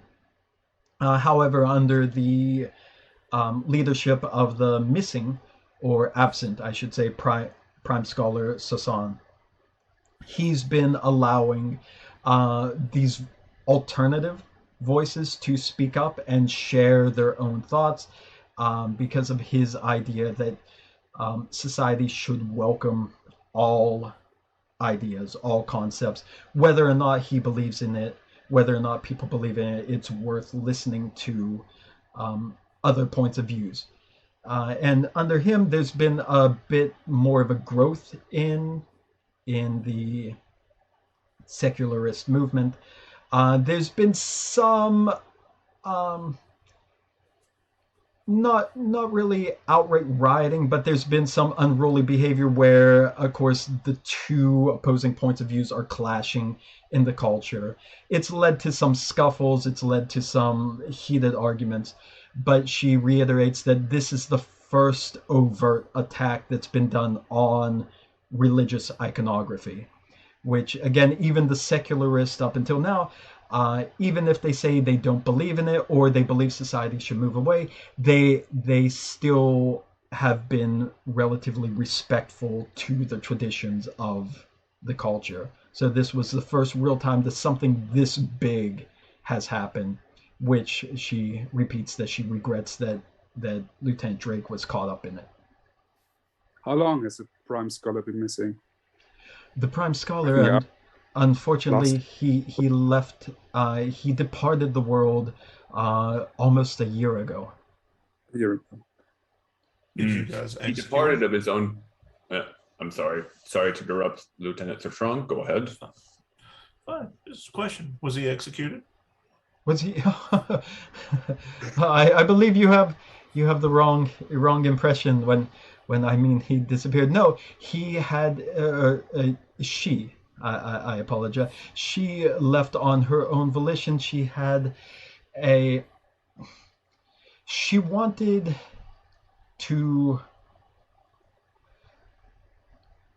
do her own experiment and try to support the claims of some of the secularists that perhaps there is a more reasonable, less mystical, perhaps, explanation for a lot of the things that we believe to be by the deity. It was a project. It was very big event on our world. It was very heavily covered.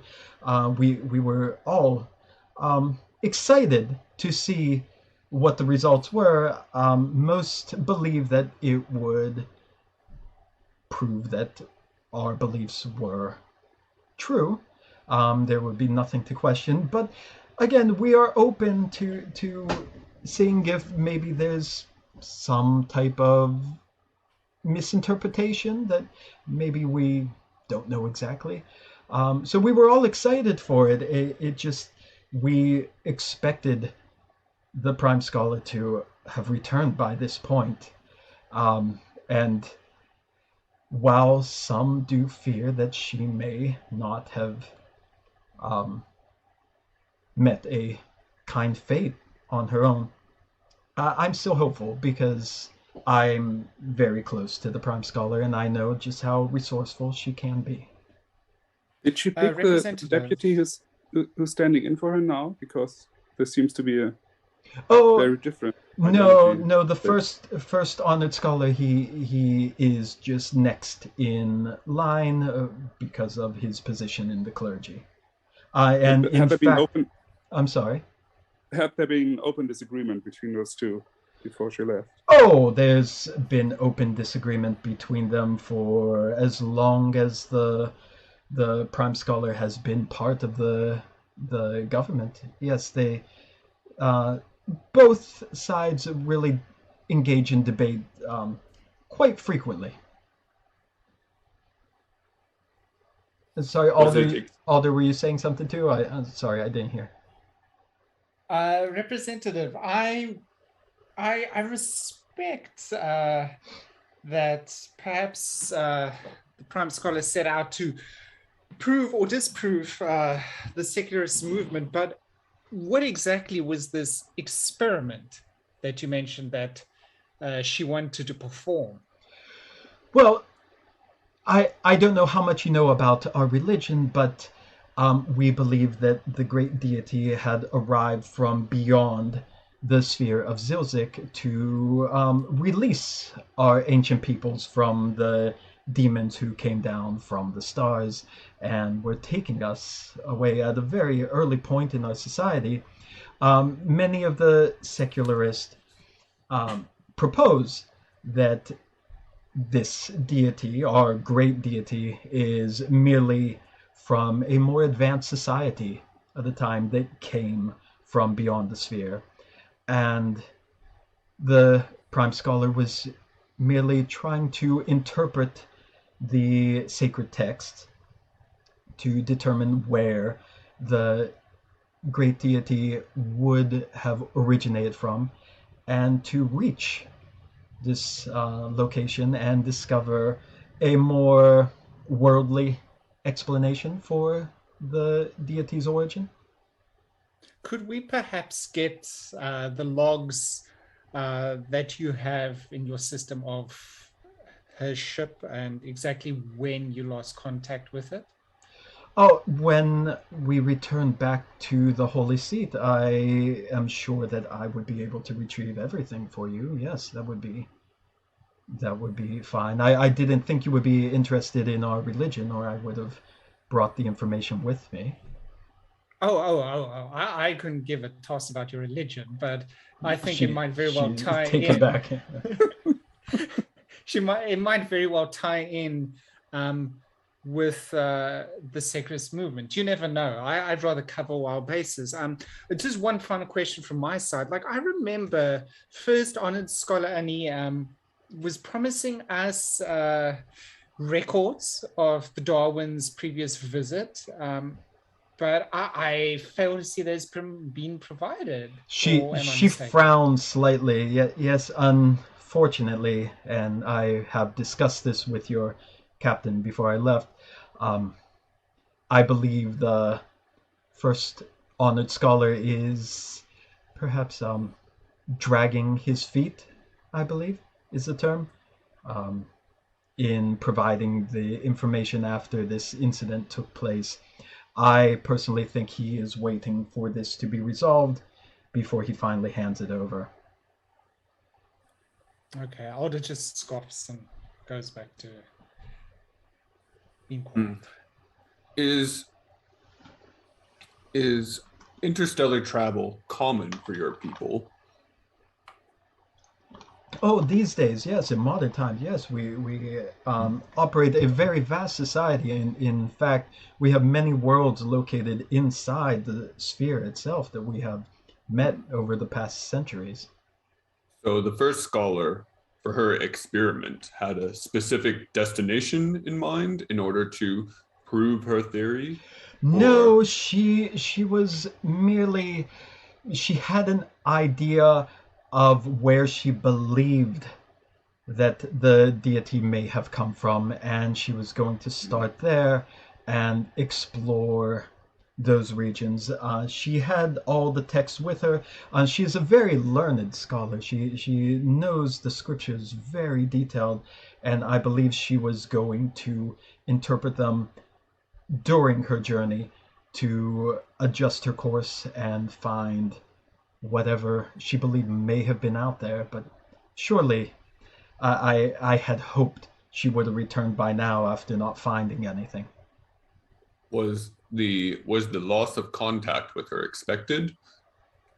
We knew that it would be almost impossible to maintain long-term contact with her once she entered into the sphere, especially because she was going off the charted courses.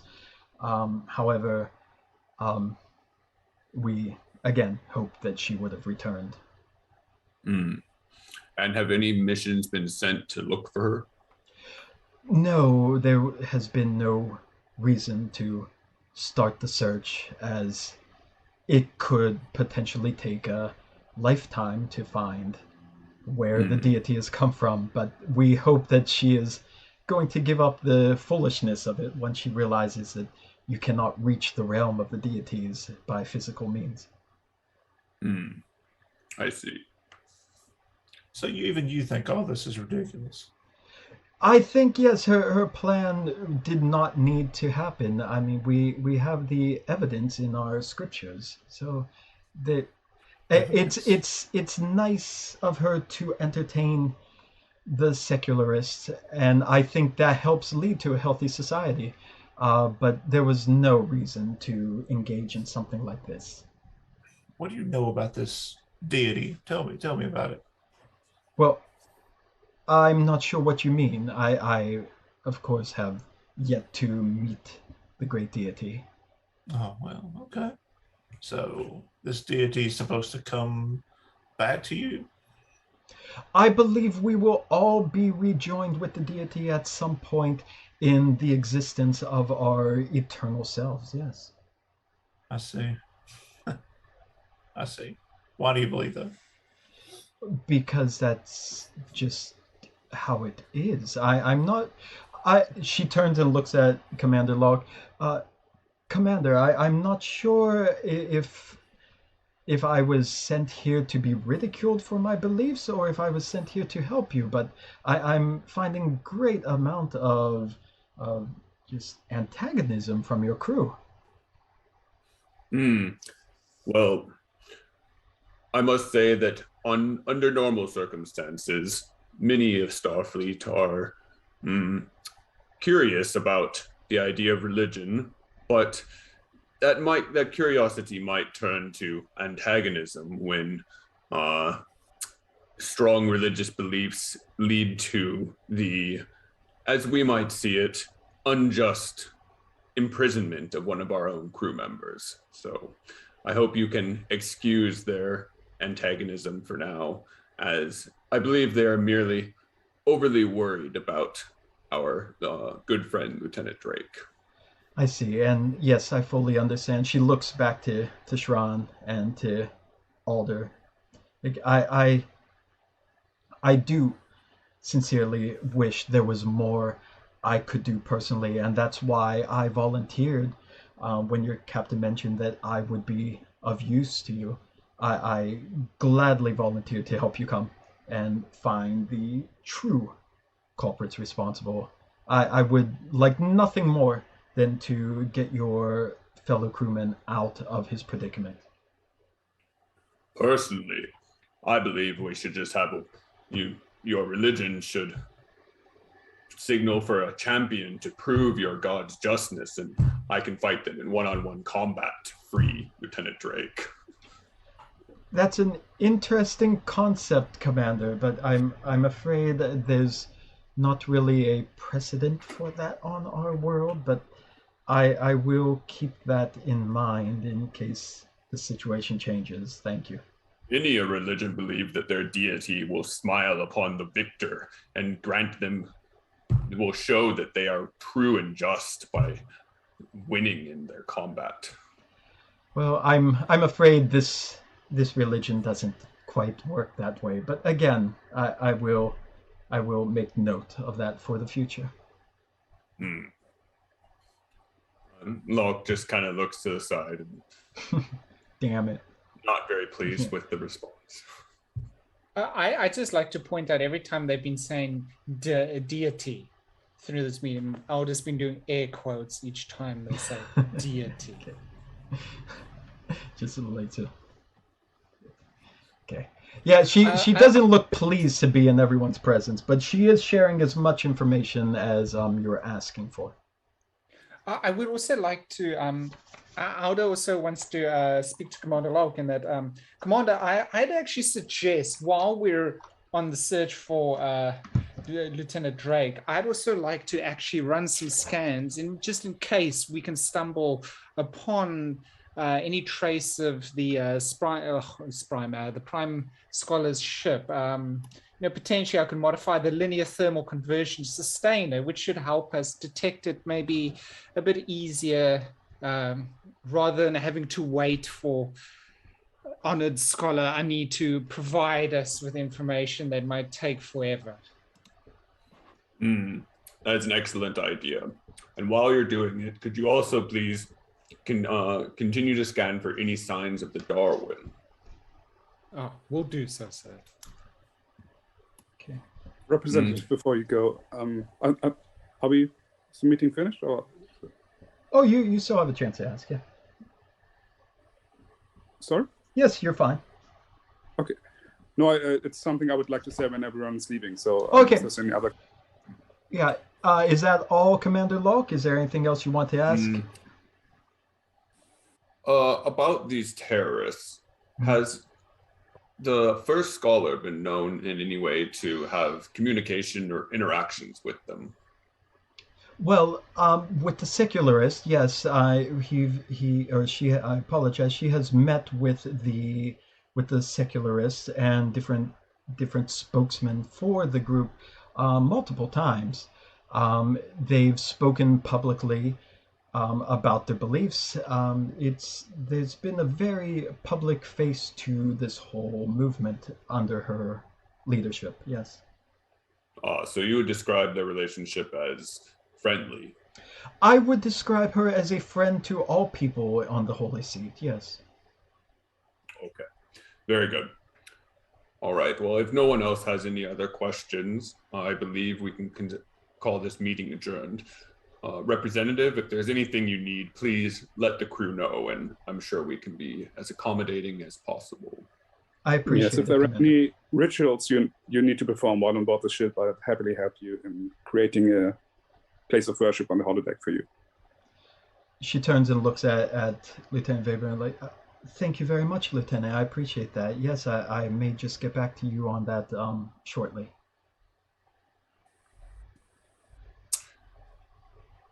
As we're leaving the room, I'll whisper to Weber, I didn't take you to be the intelligence gathering type, but well done, Lieutenant. Okay, is it everyone going out now? Are we good on there? Mhm. All right.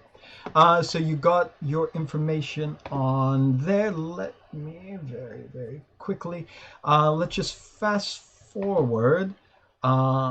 Let's fast forward a bit to. No, you know what? This would actually be looking at the notes. This would be a great moment to jump real quick back to Drake as you're all regaining your position on the bridge and getting deeper into the nebula, on continuing your search. So let's go to Drake real quick, if you don't mind. Go on then. Okay, let's see here. Drake. There we go. Okay.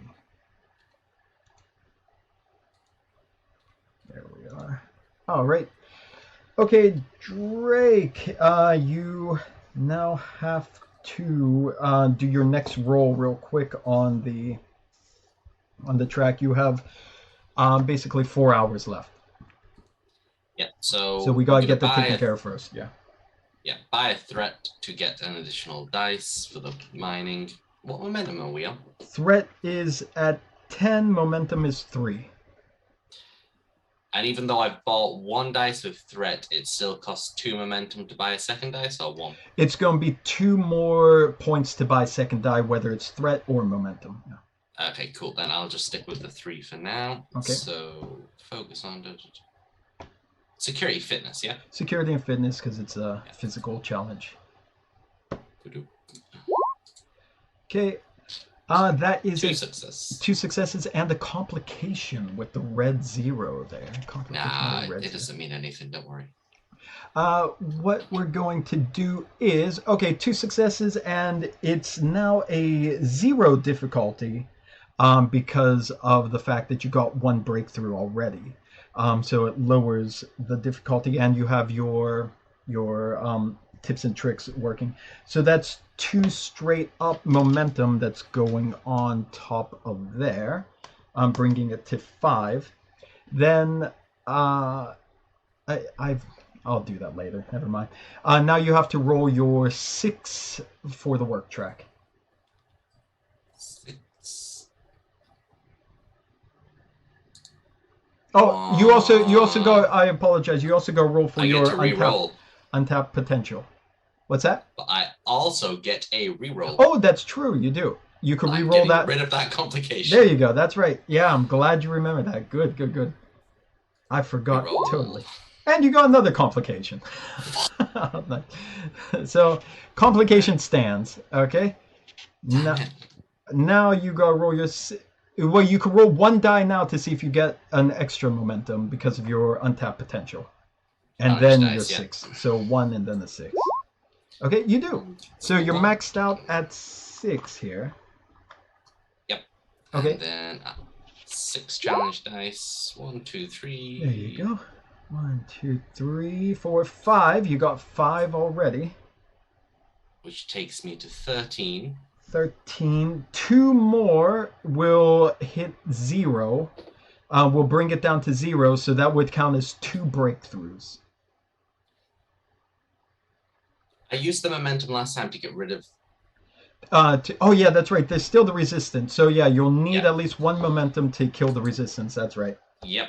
And then 2 momentum to get the remaining 2 points. Okay, so that's 3 momentum, and then that fills up the work track, and you are completed with your first day's worth of that. As for the complication, I am going to instead bank that as 2 more threat. instead of posing a complication on you right now. And I'll use it later. Don't worry. Okay, so you're back down to 3 momentum in that, but you are done with a little bit of time to spare before you have to turn things in. But your mining is done. You got your quota filled, so good for you on there. Thank the Lord. Okay. So you're done with that. It's getting pretty late in the day, and you have a little bit of extra time now because you completed that. So what would you like to do in this extra time before you turn in your work? I'm going to spend most of it walking around again, keep an eye on the comings and goings of the guards to get a better understanding of the pattern, where they walk alone, if they go down the little corridors, that sort of stuff. Okay. Just give me another, this time since you're walking around and you're getting to see a lot of different places, give me a reason in security. There you go. With the 1, you got your success. Okay, so you're basically strolling through the mines and you are making note of all the different little things you pick up, where they are in singles, where they're within eyesight of each other, where would be a good place for an ambush. Would you be willing to do that? So you're getting a good layout of the thing. You also notice when you stroll back to where the elevator is, at some point there's no guards at the elevator. Sometimes they're there, sometimes they are not. Is there any pattern to it, or? Again, just within the 2-hour window or that, it seems to be at least once an hour. The guards will leave their post, and then anywhere within like a few minutes to 10 minutes, they might come back. Or new ones will come back. They all look the same. Okay, cool. What else would you like to do with your time? Also, I would like to look at the other miners of the conditions they're in and try and discover how that dead body became dead. Okay. Looking around, again, most of the miners that you see are Xylxyk. A lot of them are just really haggard, worn down, really strong arms. They're in bad condition. Aliens, for the most part. There's some races you've never seen before, but those are few and far between. There's a lot of Nausicaans, which kind of makes sense because Nausicaans are jerks, and if they're going to be flying in this area, they're probably going to be offending people. So they look alike. A lot of the Nausicaans you see look alike, so you can't really tell. Like, that kind of looks like the guy who tried to attack me, but he's not wounded. So it's like, that's a problem with Nausicaans, you know? So they all look very, very similar. But as you go down one corridor and you're just trying to take things in, making mental notes of everything, you see there's a very large Xylxyk working in one of the shafts there, like a really tall, much taller than usual, much more muscular than usual. And he is just kind of almost robotically using his equipment, drilling into the wall, loading up a cart. In fact, you see he has 2 carts, trolleys, some people call them, sitting side by side, and he fills them. He's filling them very quickly with a lot of material. Then actually, while he's doing that, seeing he's particularly large, I'll go over and say, "Hi, I'm Frank. It's nice to meet you."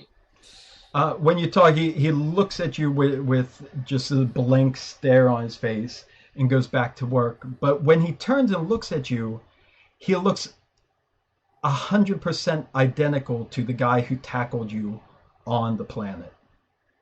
Like, the face that was on top of you staring into you before he was shot dead, it looks just like him. Okay, I'm gonna get as close as I can and stare at his face to see if there's anything that would confirm it is the same guy or not. He's staring straight into his work, working on the machine, drilling it. Like there's even drool like coming out the side of his mouth. Like his mouth is hanging half open. Like he's completely focused in on the wall. And looking, you see the same thing. Well, you know the Xylxyk, they're all either bald or shaven head, very large eyes, large ears, very large facial features. But looking at it, like you swear it's the same face that was just hanging over you down on the plan. Any injury to the back of his head? You walk around, like again, he's not even acknowledging you, just from that dumbfounded look. You look at his neck, his shirt's open, the hood's down, as if he's not even feeling the cold. You see no sign of injury. Okay. If he's not acknowledging me at all, then I'll continue on my way. Okay. Yeah, I'll just carry on with my walk and perusing. Okay. You're not going to attempt anything now when the guards are gone? On the big guy? Oh, no, just anything in general. I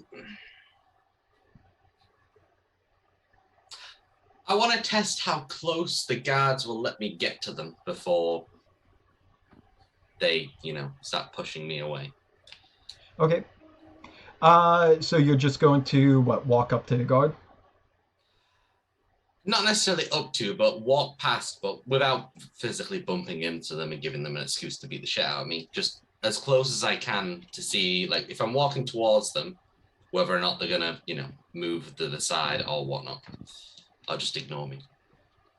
Okay. So you get kind of close to one of the guards.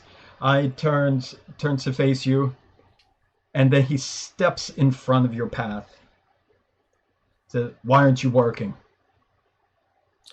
I'm trying to find a good spot to mine. "Where's your cart?"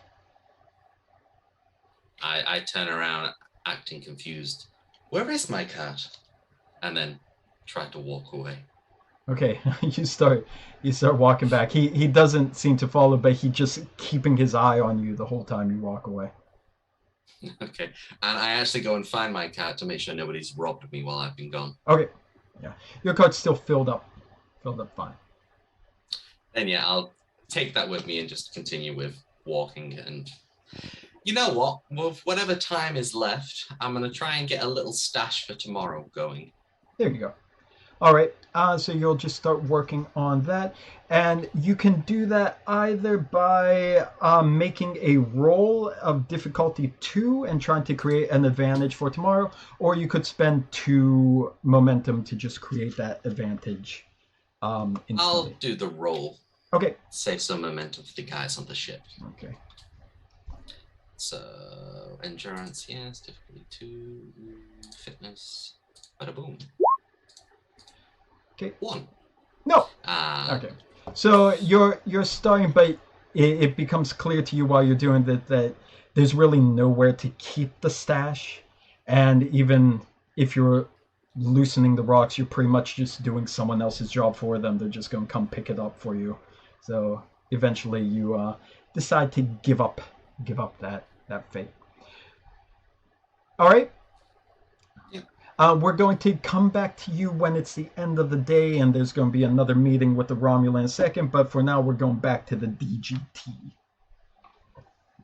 I'm going to do something else that I have been forgetting to do, lax to do, some people might say.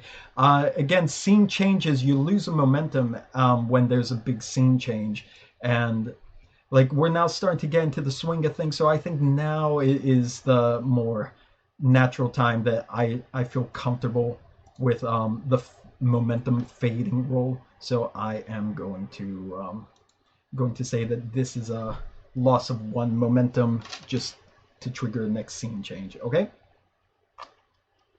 that's for everyone. Okay, there's only 2 live faces, so I can only see 2 nods. So just want to make sure everyone knows. All right, so we're back on the DEGRASSE Tyson. At least we should be. No. There we are. Yeah, just an update on my screen. Yeah. Okay, we're back on the Tyson. You're on the bridge. Representative Middleland is going to be, of course, the observer on the bridge, seeing in one of the guest seats to help you as you're navigating in there. Let's see. I think by this point, since you're in the middle of the mission, it's probably a better idea for Lieutenant Weber to be back on the bridge at the science station to be doing the task, as you could resume your studies on the botany later. So, Who's that guy at the top? I'm sorry, who's that? The guy at the top who said. That's one of the supporting characters who usually mills around on the bridge. So I just throw them in the margins when they're not being used, or just to make it easier instead of taking a half hour finding their picture on the side. So yeah, all the people who could appear on the bridge but are not there now, they're just floating around in the space around the bridge. Okay. Who was that guy? What was his name? I don't even remember. It's on the list. Okay. But anyhow, yeah, you're on the bridge. So, Mr. Weber, can you give me a sensors roll, please? This is going to be supported by the ship, of course. So it's a sensors and science support on the DeGrasse Tyson for whoever wants to roll that. I can do that. Thank you. Then, hang on a second. Right now, you are in a low-level region of interference there, like a class 1 region, I would say, of the interference. So this is going to be a 2 difficulty roll, but the DeGrasse Tyson has the advanced sensor suite, so it's going to reduce it to only 1. Okay, just a second. My phone decided to close the site. Okay. Or I can just do it on the classical way. Okay. What's that? Oh, that's for the ship. Okay, so we're waiting. If that 1 counts if he passes, since he's the lead, he has to pass. So he'll get 1 more success if he gets at least 1 success. He needs to get at least 1 success. You'll need to roll 2d20. Okay. I just copied the from earlier. Okay. Okay, there you go. A 4 and an 8. There you go. I believe both of them are successes. I can't find your character sheet, but I'm pretty sure they're both successes. Because you're doing control and science, so that should be 13. So, yeah. And your science is 4, so that means you also... Oh, no, because there's no focus. Yeah, there was no focus. Apologies. Nope. So it's 2 successes there, 1 success from the DGT. So that is 3 total. You needed 1. You gain 2 more momentum off of that. So again, there's... oh, what was that? What was that? Oh, just checking. Okay. I thought somebody was here. Apologies. So you got 2 extra momentum. There's still going to be a chance for you're the science officer as well, so you get 1 bonus momentum for obtain information. You could spend it to ask questions about the result that you can't keep. So this one will go away. So you can at least ask 1 question, and you could spend any more momentum for the rest. But basically, the scan has you pick up after you're traveling for a little while in there.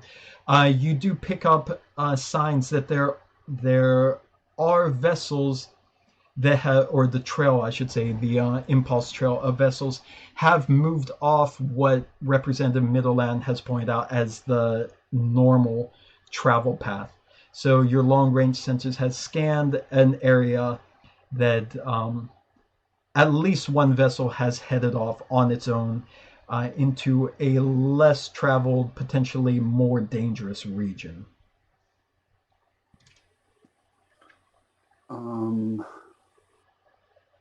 Think of an extra question.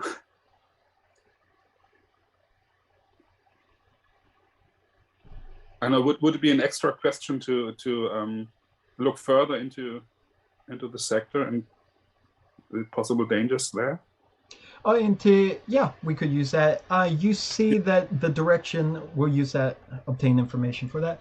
The direction where they're going, the class of the nebula can range much higher. It could go up to 3, possibly even 4, depending how deep the ship may have gone into. So it's possible you could stray into more disruptive regions, but for now, again, your shields are compensated to protect you from the radiation there. So technically, you should be safe, but there's a higher chance for your sensors to not work as properly, get false readings, things like that. Yeah. But yeah, there's So much more danger.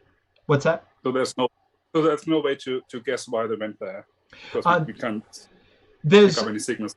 There's no way to really guess like exactly what their intention is, other than they went there.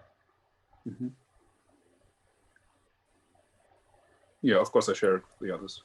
Okay, so everyone's getting the readings of that, and the lieutenant calls out, of course, that's what happened.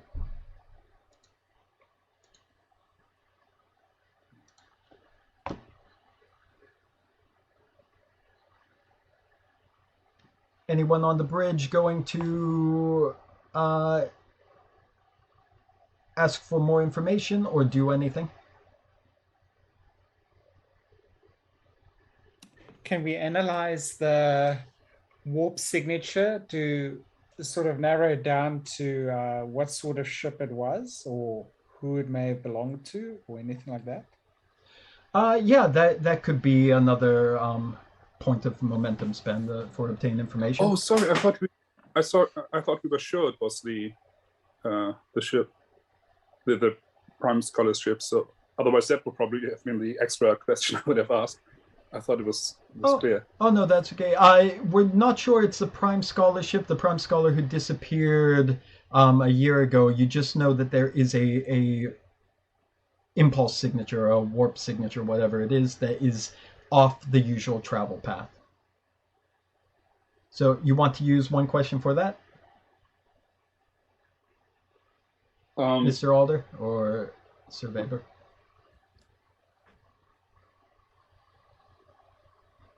I don't know. I think that would have been the question, my extra question that I. We can use the extra question for that. I think that would make it easier for us, I'd say. Okay. Looking just the readings. Again, it's not going to tell you exactly what ship it is, but the signature matches the vessels from the Xylxyk. So just like Lieutenant Thashran was tracing Xylxyk warp signature entering into this region, and that's why you start going in there, you know that the vessels that are currently off that path that ships would normally take to travel, they are Xylxyk vessels, one or more.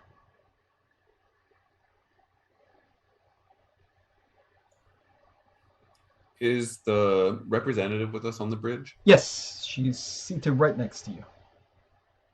Representative, is it common for your people to stray from the common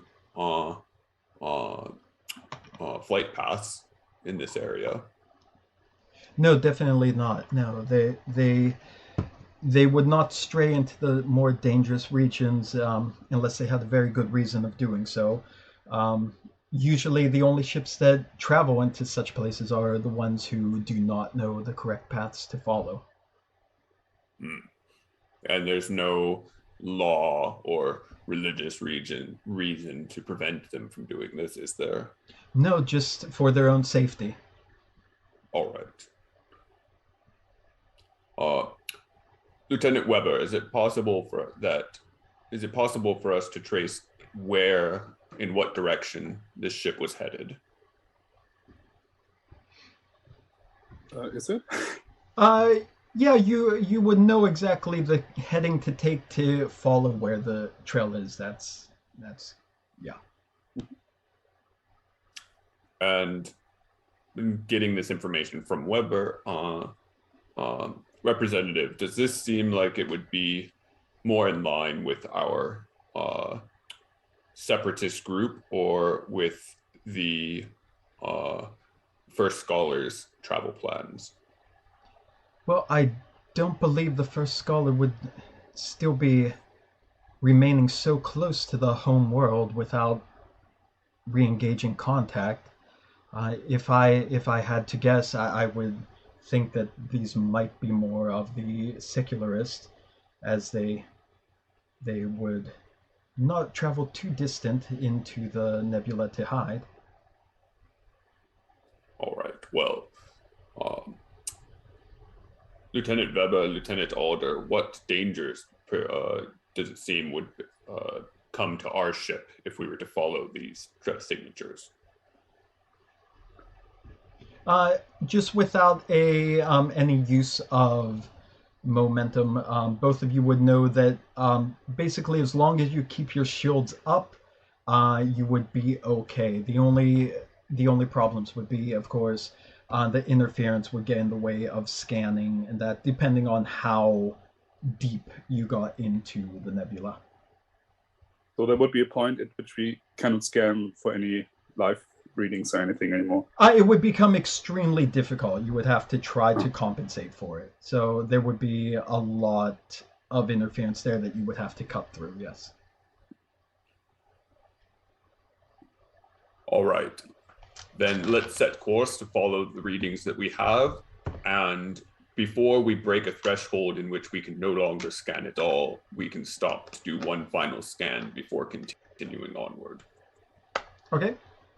So then let's get Thishran to do a navigation roll to get try to find the safest way into there. So Thishran, if I could find your sheet, there you go. With your piloting, this is going to be a difficulty 2 because again it's hard to really rely on the sensors for that. You're trying to get the least disruptive path in there to keep things full. So be control and con. It would be control and con. It would be supported by the DeGrasse Tyson with engines and con. Okay. I would believe. Complication 2. Complication of 2. Yeah, no, complication range of 1 still, but you need 2 successes. Okay, all right then. You have So I'm rolling 2 die, right? Yeah, unless you buy anything extra. All right. Drake, do you want to roll for the DeGrasse Tyson again? Engines and con as well.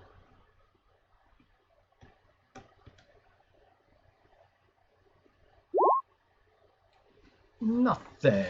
So what will happen from that is you can take your course in, but you're not guaranteed to get the cleanest course through this nebula. So you're going to be passing in and out of thicker pockets, more disruptive pockets. So it's going to affect the sensor readings earlier than it would have otherwise. Okay. Gotcha.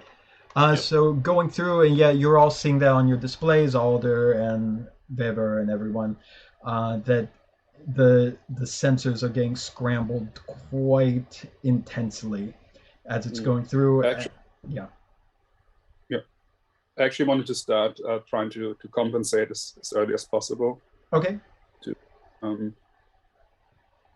don't know. I think there's a general, the ships are constantly doing a general scan of the surroundings, so maybe I can take away a bit from that and make them more focused on certain areas.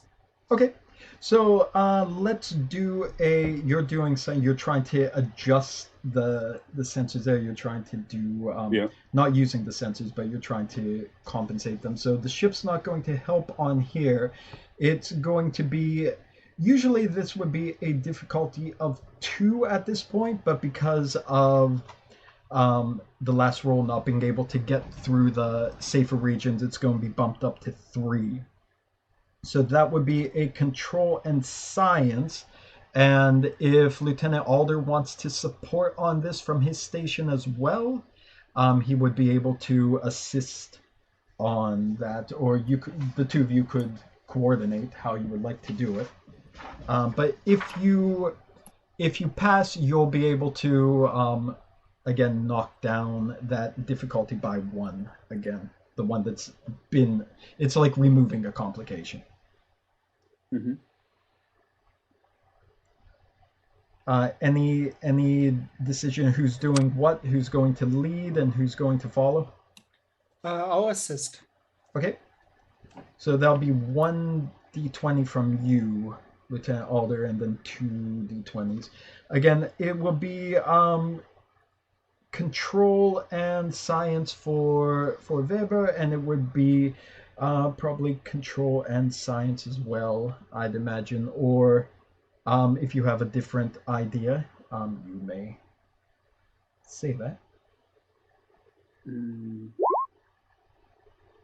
No, sounds all right. Sounds all right. Okay.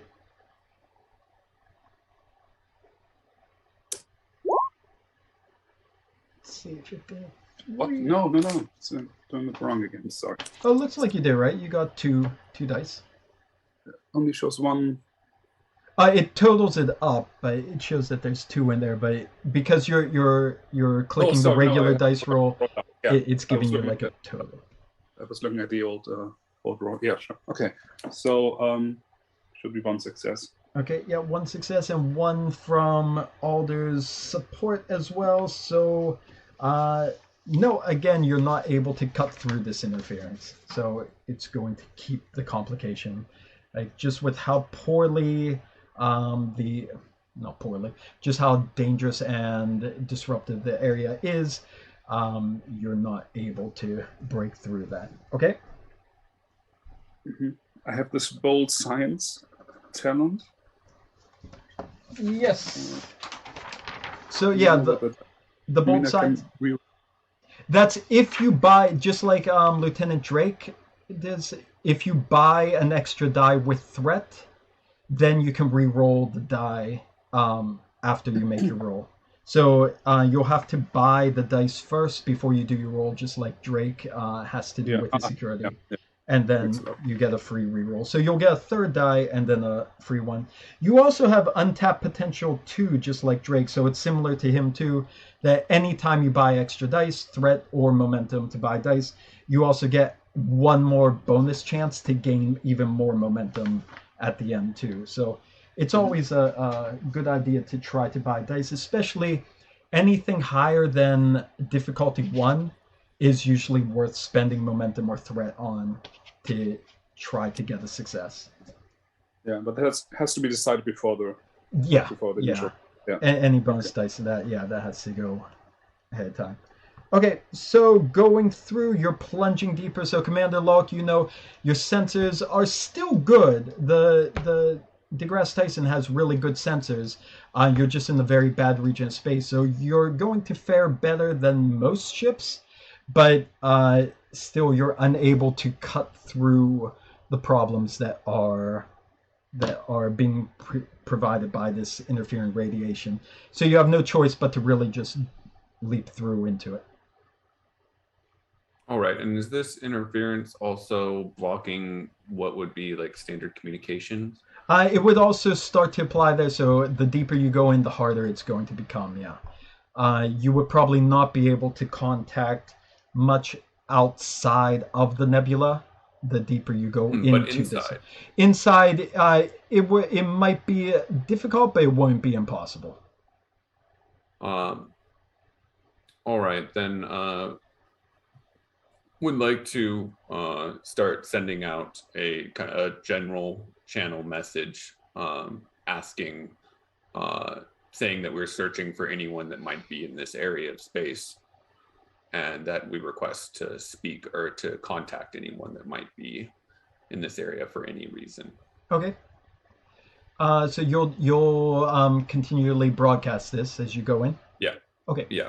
All right. Just saying that we are a diplomatic mission, that we are searching for several ships that might have been in this area, Okay. and that we are neutral and non-aggressive. All right.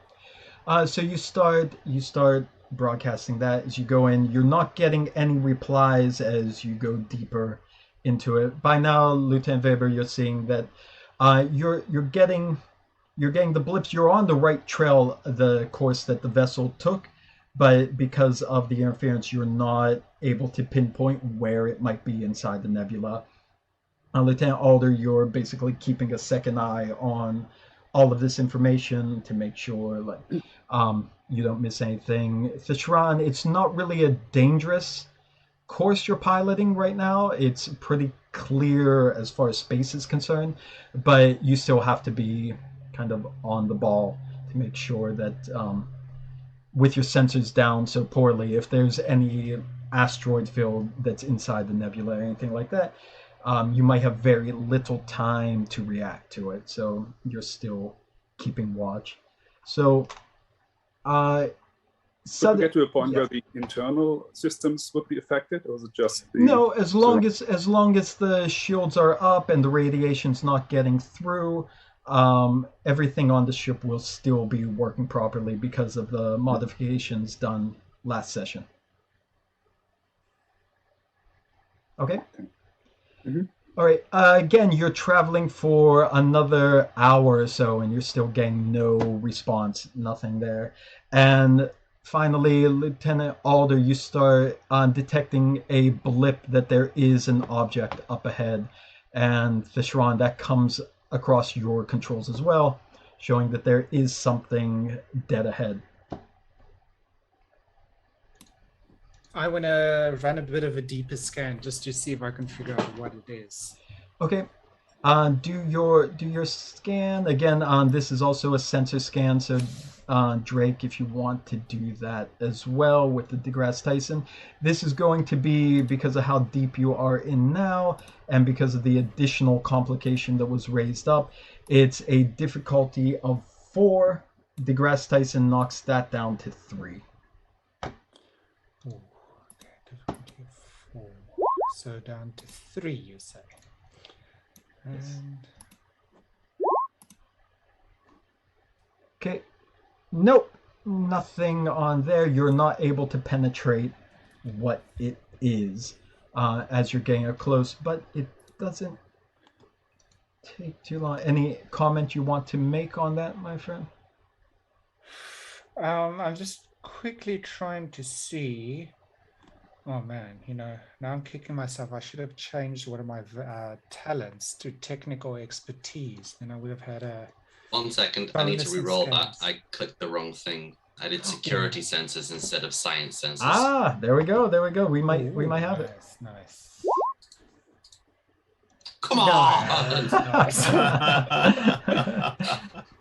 Well, at least you Never tried. mind. At least you tried. I'm consistent. You are. Well, Paul, I do have, cautious science, right? So I can. Oh yeah, but then I've got to buy it, right? Yeah. Ahead of time to read. Same thing. This is anytime you're buying dice. That's where cautious and bold come in. Yeah. Yeah. Okay. I'm just trying to see if testing a theory would work, but at the same point, I think that's also may roll one additional one. So unfortunately. Yeah. No, that's fine. Okay. Everything I have would have had to be done beforehand. So, just when your sensor, you're still trying to cut through the interference. Just then, almost on top of you, a vessel comes out of the nebula, just like almost point blank, just coming out, appearing right in front of you. I think you might be able to see it on the screen. I'm not sure exactly, but I think you might be able to. So a vessel comes out, and because it's getting the jump on you, I'm using 2 of the threat, and they are opening fire on you immediately. So they take the first turn this time instead of you. Okay, so we're going to attempt starship combat and see how the hell that works. So we'll see how that goes. Probably poorly, but that's what this is all about, right? So, let's see. Let me get my dice on that. No, I'm not going to use my Klingon dice. Okay. Their ships, I have to take a look here. There we go. They get 2 dice there, and they'll get 1 from their ship in a second. So the ship just appears out of nowhere, and oh, that's nice. That is, what do they mean? Where is that? 15, they got that. 1, 2, 3, and the ship with security and weapons. Security and weapons, they get 1 more roll. Security and weapon is there. They need 2 successes, and they get 4, so they score a hit, which is a good thing for me. They get 2 extra momentum on top of that, which becomes threat, and they have to roll their damage to you. Now, one thing though, you are also in the nebula, so the nebula's granting a little bit of resistance, a little bit of cover for you because of the way it's messing with the sensors. So there's 2 extra resistance dice there, so keep that in mind. So this ship comes out of the blue and just fires at you. Give me a second, rolling dice. And again, I apologize, it's slow, but I do want to use the dice I paid so much money for, so please forgive me. Something like that. Okay. Resistance to phaser type weapons, or? It's just resistance to them dealing damage to you because it's like the targeting sensor's not locking on properly. I would like to point out to you that that was one of the worst rolls I've ever seen for damage in my entire life. Seven dice of damage and only 2 results came up there. They're both effects, but I'm going to spend 1 token to re-roll those other 5 that did absolutely nothing, because that is shameful for a sneak attack. Doing that. Slightly better. Okay, with that. So, yeah. Could I actually use some my determination here to create an advantage? For?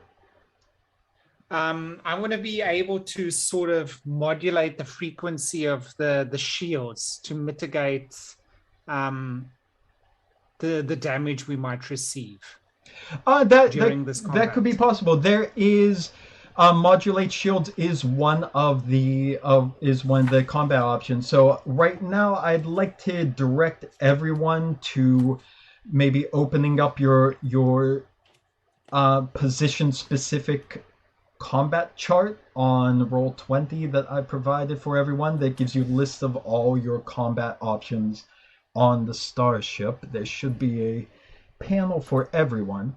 So also, let me please just, because I'll totally forget it myself in 2 minutes. I'll have a focus on combat tactics. So yes. If it makes any sense in assisting someone or.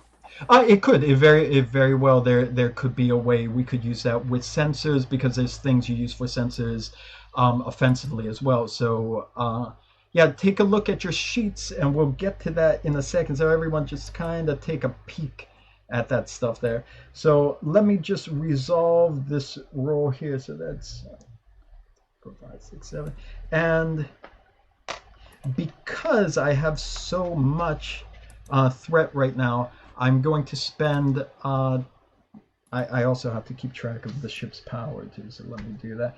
You're also going to have to keep track of power on your ship. So let me do the GT power too. We have to do that. So I'm going to use 2, what's this? Let me see. 2 threat is what I'm trying to say here. 2 threat to reduce the resistance on the DGT. So it's taking your resistance down to 0. Okay? So what they are doing with that is, right now, they're dealing 7 points of damage to your shields. which, as you know, your shields are at 10, I believe. Right? Is that right? 8, 9, 10. So they come out of the blue and they just blast you point blank.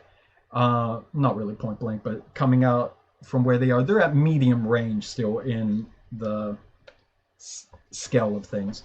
They blast you and they hit you for 7 points on there, which also does a breach to a system. So there is one breach on the DGT right now, which does anybody have a D20, free D20 at hand, or no? Or you could roll one, maybe Lieutenant Weber, can you just roll a single D20 on the roll 20 so we could see what system is hit by that? Just a second.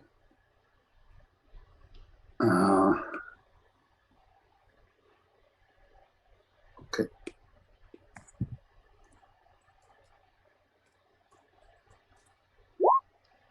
Okay, a 20. So that is weapons.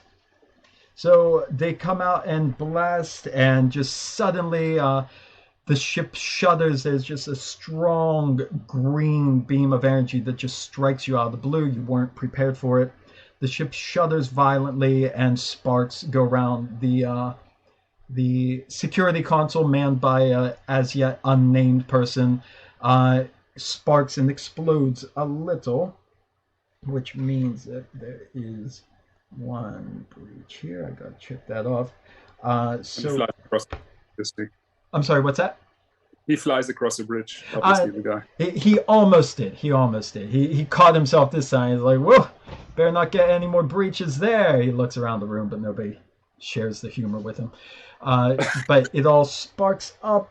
Right now, the weapons are offline until there is a minor action that's done, so it's easy to turn online again. Another breach on the weapons would be extremely bad at this point.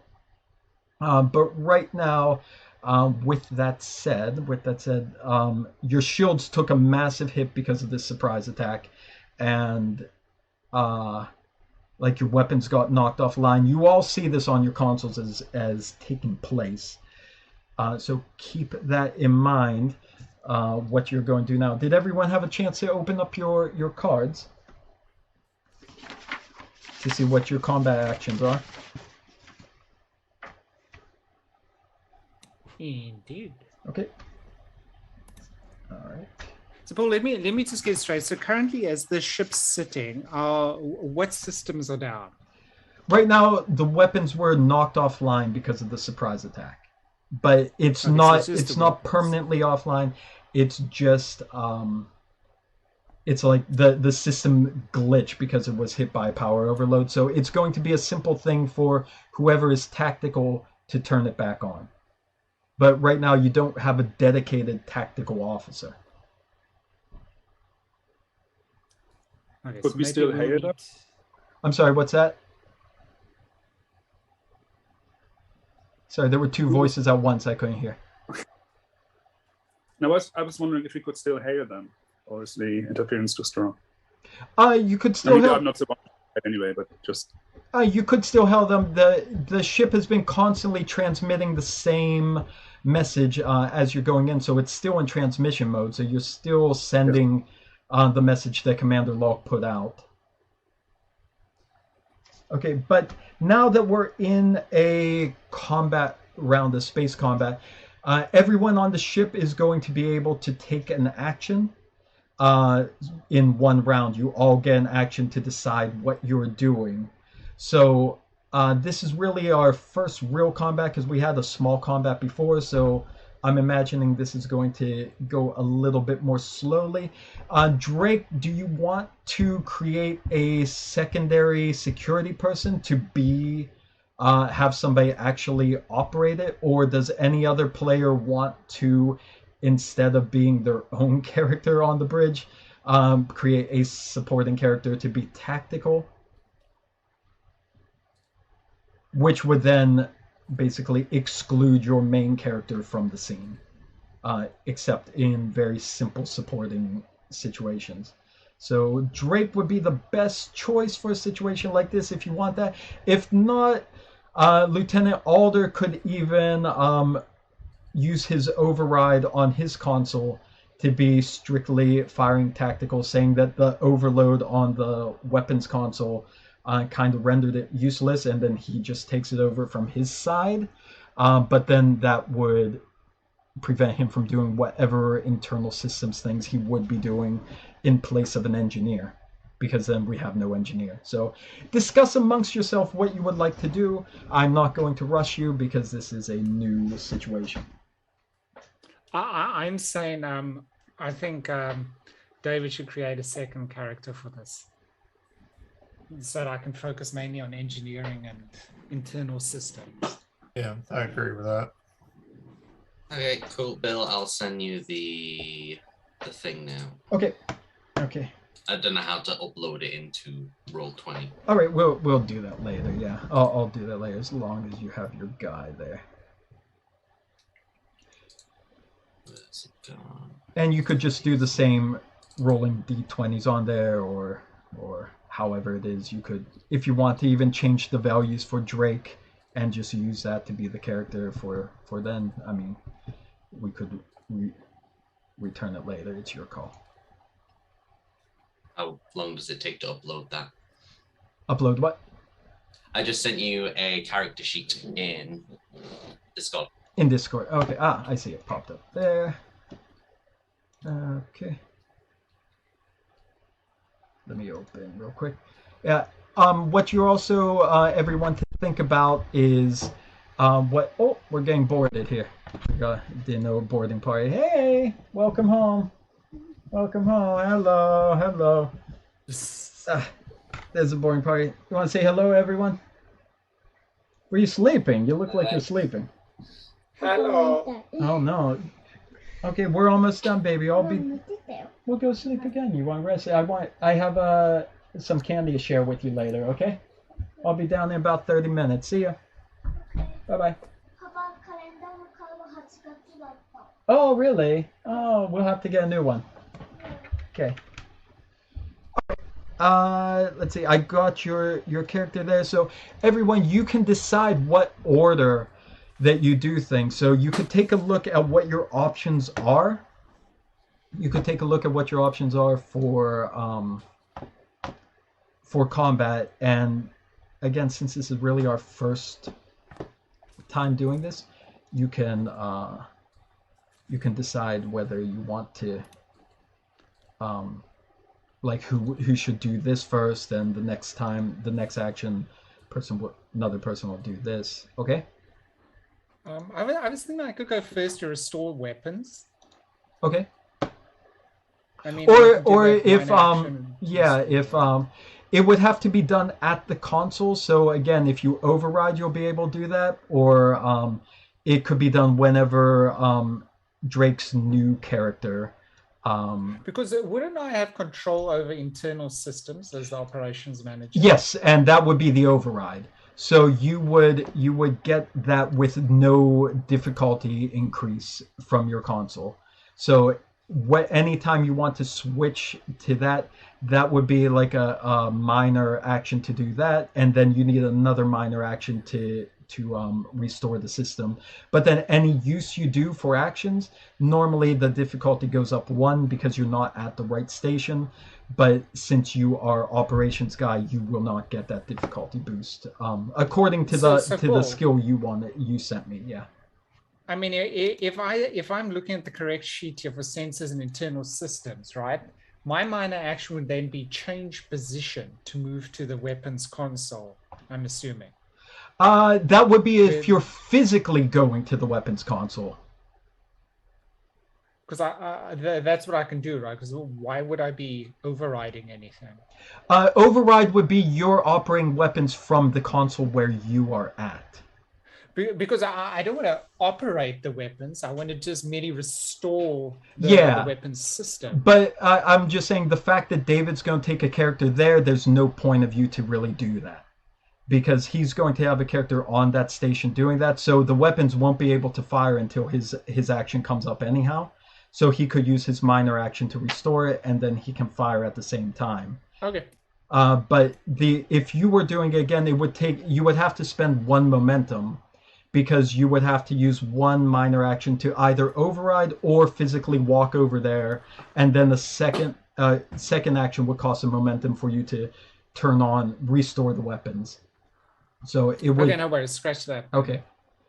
So if you were going to, like, if there was a big thing and you're like, we don't have an engineer, like right now we don't have an engineer, so all the engineering stuff you can do from your station is not going to be higher difficulty like it might be otherwise because of your ability. And let's say that David's character gets blasted to hell and knocked out, and now we need somebody to operate weapons. You could switch that all over to where you're sitting, and you're now the weapons operator with no additional difficulty. So basically, you can do almost everyone's job from where you're sitting and not get the penalty for it. So you're like the all-purpose, the all-purpose Swiss Army soldier. Hang on a second. I'm trying to put the stuff in there for you now, David. Okay.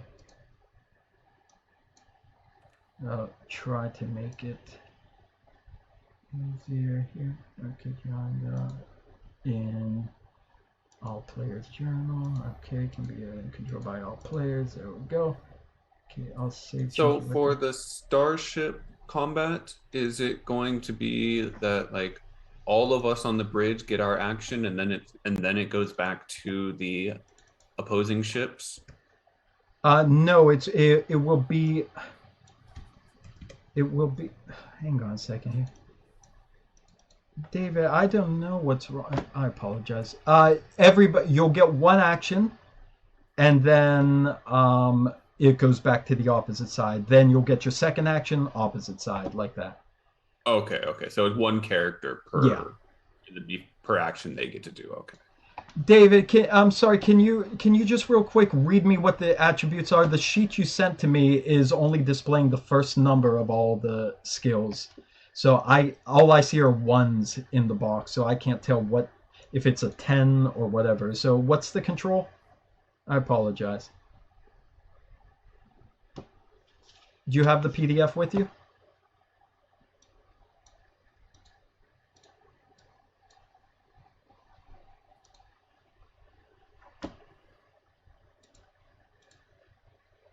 David, I can't hear anything you're saying. Yeah, would help if I unmuted myself. There you go. Yeah. So, as I was saying to myself, Yeah. Control is 11. 11, thank you. Fitness, yeah. Okay. Fitness 10. 10.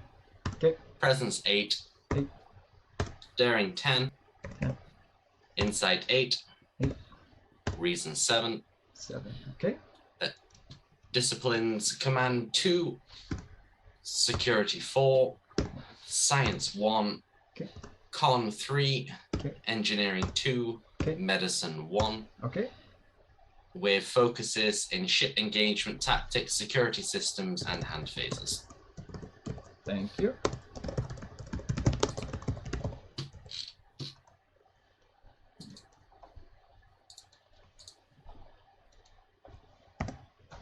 Security systems.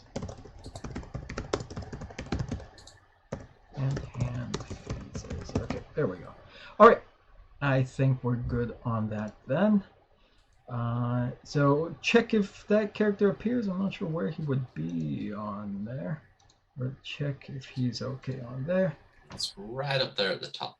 Okay, well, we'll just keep him there for now. So that's your character there. So yeah, now you decide like who wants to take what action first before it goes back to the other side. Like just looking at everything, like you have things like scanning for resistance or scanning for weaknesses. I mean, you got things like modulating shields. So everyone has a bunch of different things they could do. The commander can support, rally, create advantages. Things like that. The flight officer helm, Thashran, you have yours? Yeah, I do. Am I looking at helm task or just the actions on their own? So like helm tasks, yeah. So for this Okay, is I got mostly during combat stuff. So the helm and navigation reference. Okay. Okay. So everyone should have their thing. So if you have a suggestion what you want to do first, again, it's I know this is slowing things down, but this is also our first combat, so I just want everyone to feel at ease. So please just talk through what you want to do. Is it With my- obvious what kind of ships are attacking us? It's definitely a Xylxyk vessel. It's definitely Xylxyk. it's definitely the same kind of vessels you've seen in orbit. Okay, we're not randomly getting attacked by the Ferengi or Not this time, no. Would my combat tactics focus help when I'm scanning for weaknesses? Yeah, scanning- I would say so. I would say so. That could definitely help for scan for weaknesses. And since we've been hit, I guess I would suggest evasive action on my part. Okay. I agree. Either Yeah. shields or evasive action. One of the two. A defensive maneuver first, one way or the other. Yeah, it would be evasive action for me then. Yeah, I think that's probably best. Okay, Drake, not Drake, I'm sorry, Alder, are you connected to Discord for private messages? Yeah, should be. Or where's the best? That's usually a private message thing. Let me just send that to you just for now because I don't want interrupting any discussion. Why is this here?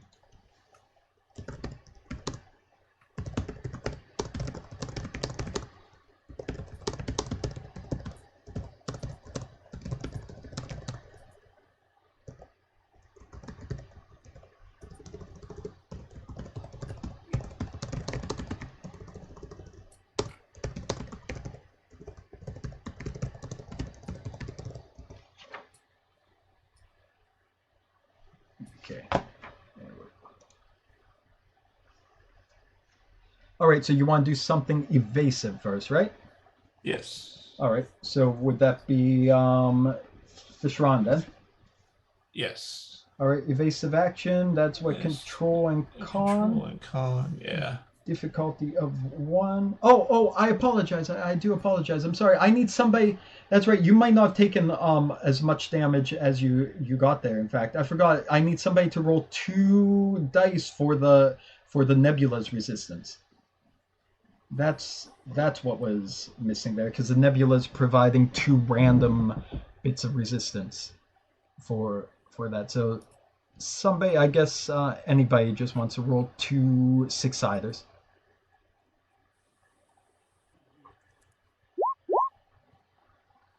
2d6. There we go. So that is.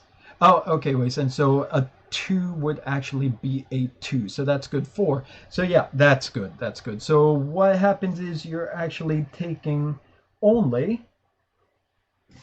Thank you. You're only taking 4 points of stress to your shields, and the weapons are not offline because that would not score a breach.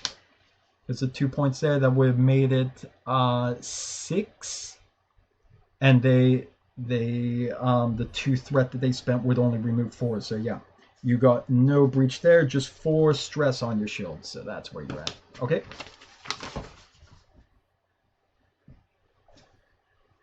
So weapons are still up. All right. So evasive action.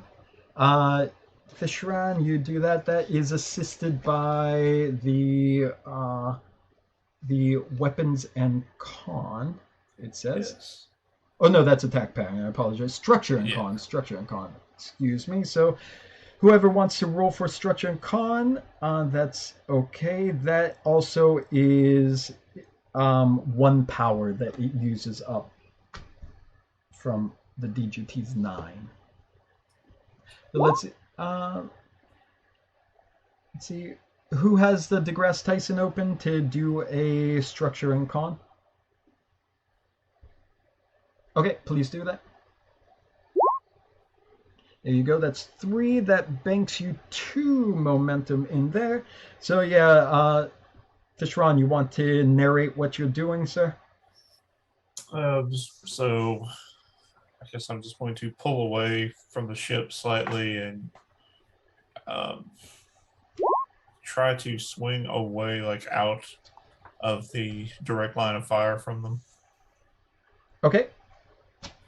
All right, so your ship pulls away a bit just to get away from there. We'll just do that to back up. All right, next. It goes back to the other ship, the other ship's turn, and for their turn, what they are doing is just having a command roll. The commander is going to do a leadership roll on their ship. So they're not firing again. Again, they could fire again at you, but doing the same action twice in a single round increases the difficulty even more. So right now they're not doing that, but doing a command action to try to give them a bit of an edge here. And it's what is his thing? Presence and command. Okay, that's enough, barely enough, so no extra threat gained. But yeah, they get an advantage on their side of basically, I'll just say upper ground. Okay, as they are kind of driving you away.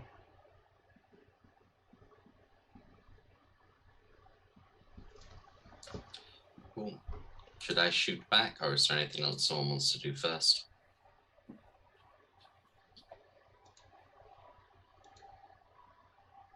No? I'll shoot next then. Security and control. Focus, yes. 2. And it's going to be assisted by the ship's weapons and security. So we'll just roll. Ah.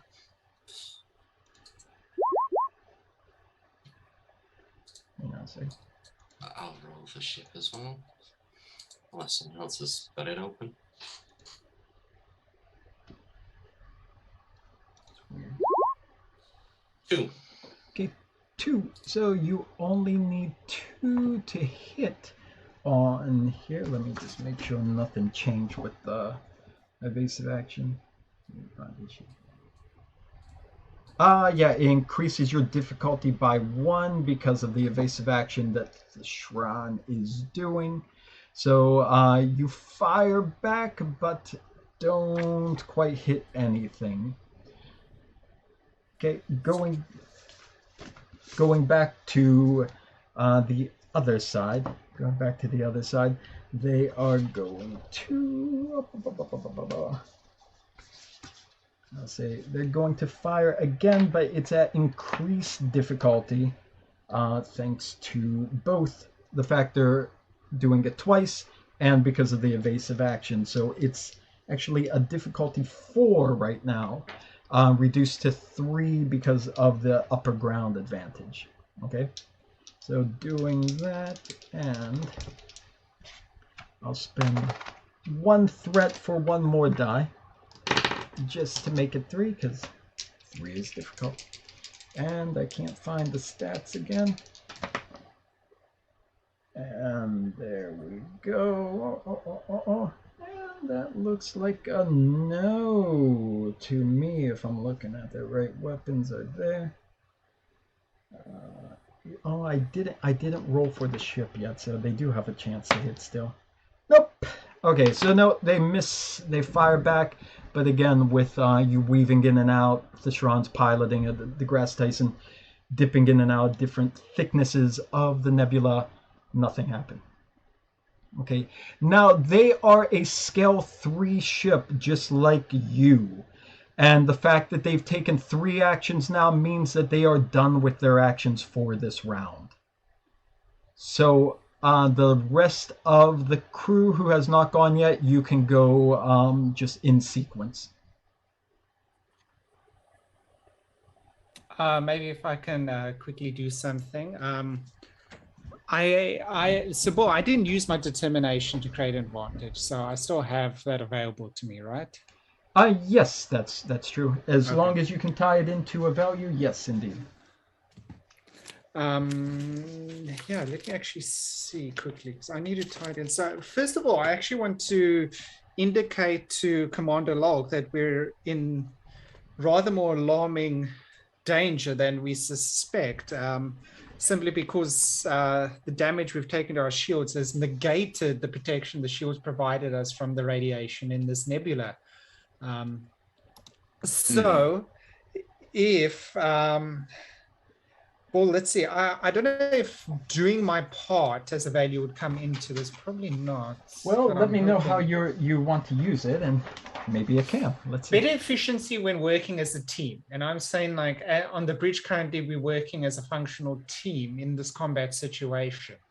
Whether or not you're going to accept that as a usage of the value in this case. Well, what do you actually want to do? So I could see. Okay, so effectively, my turn as such is going to be that I want to use that point of determination with this value for surge of activity. So I can do two tasks straight after each other. The first one being to regenerate the shields.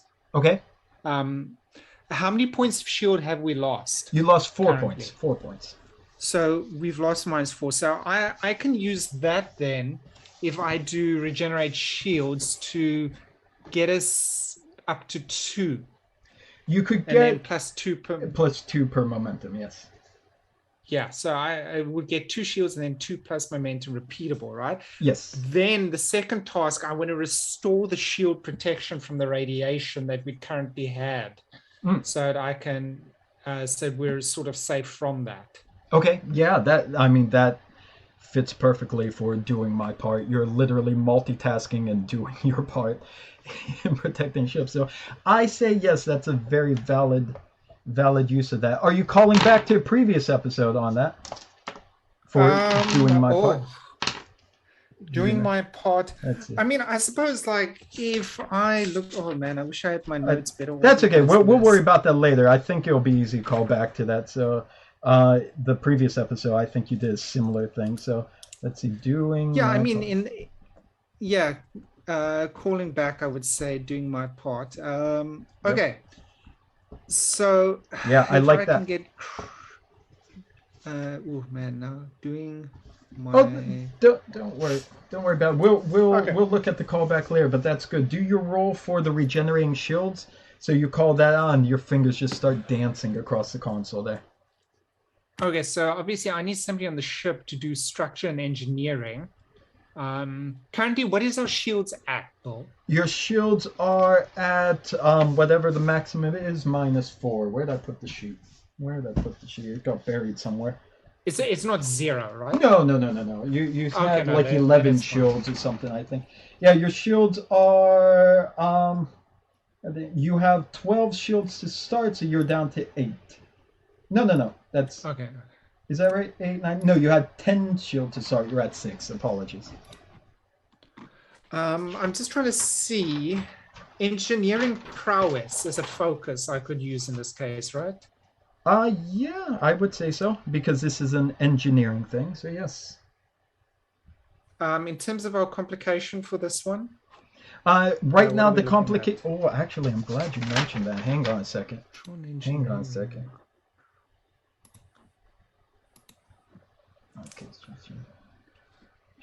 Okay.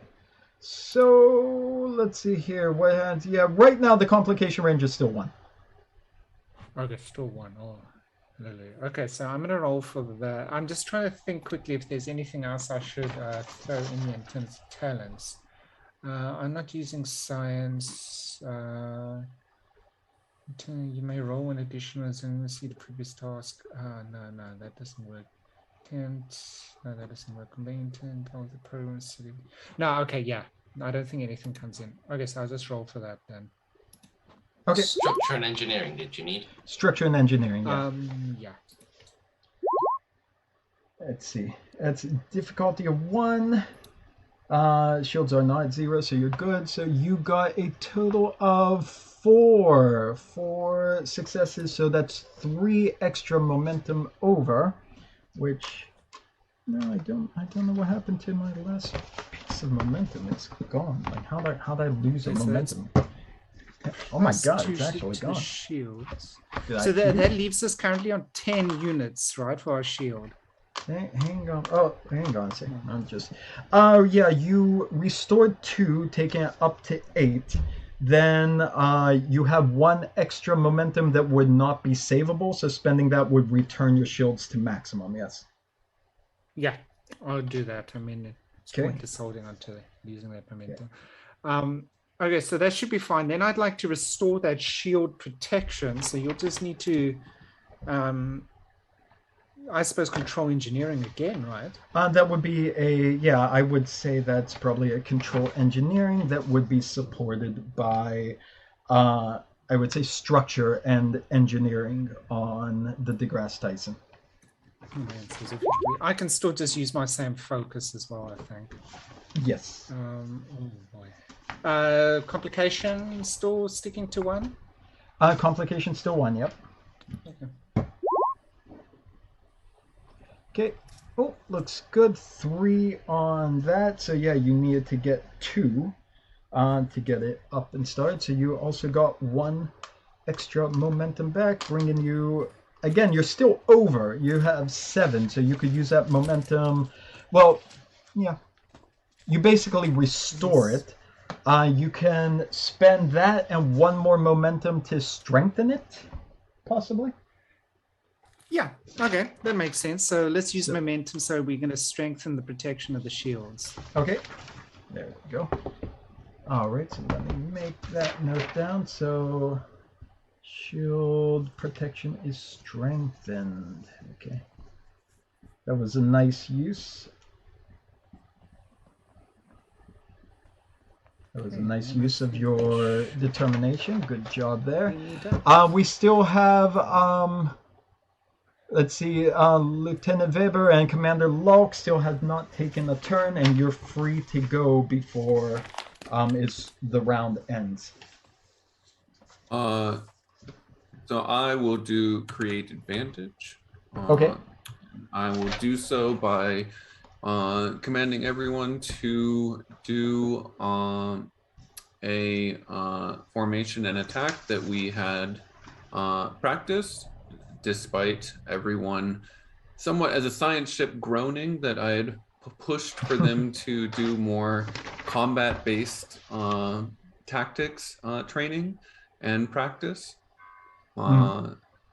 Being as I was the former warship captain, yeah, or commander, and so after we already had Alder and Thestron automatically react to the attack, I tell everyone, all right, this is what we've trained for. Everyone prepare the Klingon special. Klingon special, okay. So you're going to do the create advantage, yes? Yeah. All right, so creating advantage is a difficulty 2. 2, okay, and I'll use control and command. Control and command. Any momentum or anything?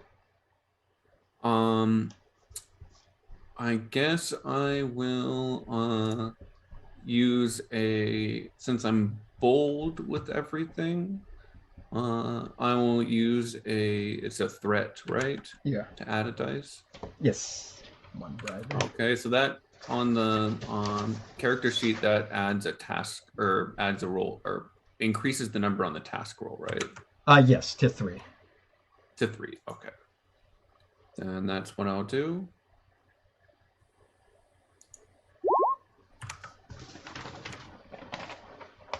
Okay. Hang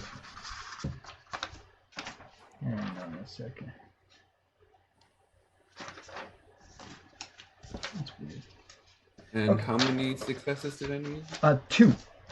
2, okay. And how do I reroll on this? You can re-roll dice with you can re-roll dice with a determination. Well, I mean, because it was my bold command. Oh, yeah. Then you just roll what I mean one is, more like, die. how do I, like, what button do I press to re-roll? Just click a task roll of 1. Click a task roll of 1. Okay. Yeah. With the same complication roll. Yes. Okay, there we go. There you go. You got it. All right. So Klingon Special is created. Okay. And that's going to be a +1 to combat tactics, right? So lowering the difficulty of that, right? Yeah. Okay. So everyone engages in that. And the last person who hasn't gone yet is Lieutenant Weber. Is there something you want to do to end this round? Yeah. I'm scanning for weaknesses. Good. Okay. So scan for weakness. There's your sheet. So scanning for weaknesses is a scan for weaknesses, that is it's going to be difficulty of 2 because they are at medium range, control and science, supported by sensors and security. If you're using any it's difficulty 2, but since you're using the sensors, but the sensors are kind of canceled out by the other thing. So yeah, still difficulty of 2. If you want to use a bold science or even momentum to get a 3rd die, that's possible. Yeah, momentum, I think. Okay. So and what's science and the other one? The science and control for the task, and then Drake can probably roll the ship, which was, I think he already did it. There he goes. Okay. All right, so 1 momentum. So you're rolling 3d20 now. Oh, look at that! We got all 3. Oh, nice. That is. And there's a focus on the tactics. Hang on a second. You rolled the 6-siders instead of 20-siders. You're going to be the one up. Yeah. I'm like, wow, that's an interesting roll. Okay. The one above that. So just click the number 3 next to that. It's like 1, 2, 3, 4, 5, and then press the delta before that one.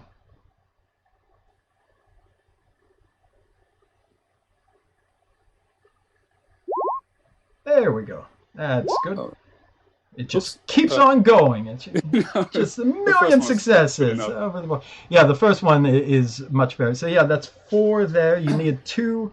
You got 2 points back, bringing you up to 6 momentum again. 3 points back. The ship got 1 as well. I have a focus. Oh yeah. The ship. What's that? I have a focus on combat tactics. I think that's another one. Oh, did you click? Did you click focus? Yes. When you did your roll. Oh, let me see, because then because you have to click that first. Oh, there, yeah. Okay. Let's see. Hang on a second. Do 20. So 13. God, this is hard to see. Okay. Yes. Well, that's +2. Let's see. Wow, this is so hard to understand what that means. 20, yeah, it's tiny on my iPhone, so. Yeah, hang on a second. So I'm not sure. Since we can't really tell, and I can't decipher what the hell all these little things mean when I hover over it, going to have to say, what is it? Oh, there is that you rolled a 1 there. Yeah, it doesn't. Dang it. Doesn't really explain there. So yeah. We're just going to say we don't know if the focus worked or not. So, but you did get the success. So that's actually 3 momentum you generated, which then brings you up to what? Now 7? Is that right, David? I lost track of what I was saying. Yes. Yeah. Okay, so you're already maxed out. Is that correct? And you have 1 over that can't be kept. But you scan for weakness, which, yes, you achieved. So you guys have got a very, let's see, scan for weakness.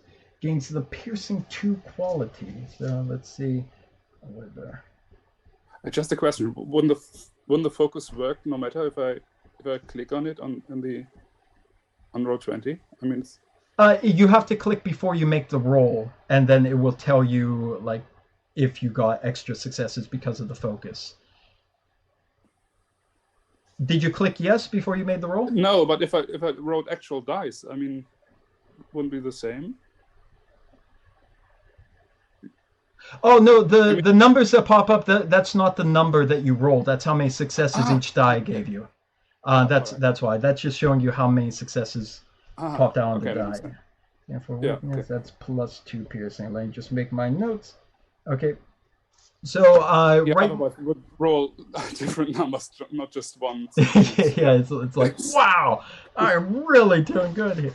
Yeah. No, I think we all got confused by that in the beginning. Like in the beginning, I think we were all like, wow, we are just nailing these rolls. Yeah. But no, it just shows you what you get. All right, so you get Commander Locke calling in like the orders he trained into you. All of you are just like snapping into warrior mode on the science vessel. The shields have been restored. Alder has restored the radiation damage. Lieutenant Weber has got a good lock on the system. Everything's going good. And just as we are about to close, apologize, just as we're about to close, I am going to spend 3 of my threat to have a second vessel, slightly smaller, come in out of the nebula. Well, that wasn't what I was intending to do. Come in out of the nebula, just beeping on screen. Thishran, you see that there's an incoming Xylxyk ship. You notice on your screen. You could call that back to everyone if you want. Yeah, we have a second ship detected. And then the camera goes into really tight close up on Commander's Locke's face as he tightens his jaw, and he knows that you're in for a little bit of a fight. And we'll go to our commercial break there because we hit our 5 o'clock time limit as far as Japan is concerned. So we will resume what I'm assuming is the concluding chapter of this mission next time with a little bit of combat to start us off, and then see what happens from that point forward. But right now you put yourselves in a very advantageous position to be in. So I think we're going to see exactly what the little Nova class can do when confronted by terrorists. So when you assume it's the concluding, you don't mean that you assume we're just going to get blown up by the 2 ships. I didn't want to specify, but yeah, that's what I'm assuming. I'm assuming you're all going to die within the opening moments, and then we'll make new characters, and I don't know, maybe play D&D next week or something. Okay? All right, I'm going to stop the recording, so I just want to say my farewells. Thank you, everyone. We'll have our little post-game powwow in a second, but stay tuned for possibly what has been, on average, the final session for this episode next time. So thank you. See you next time.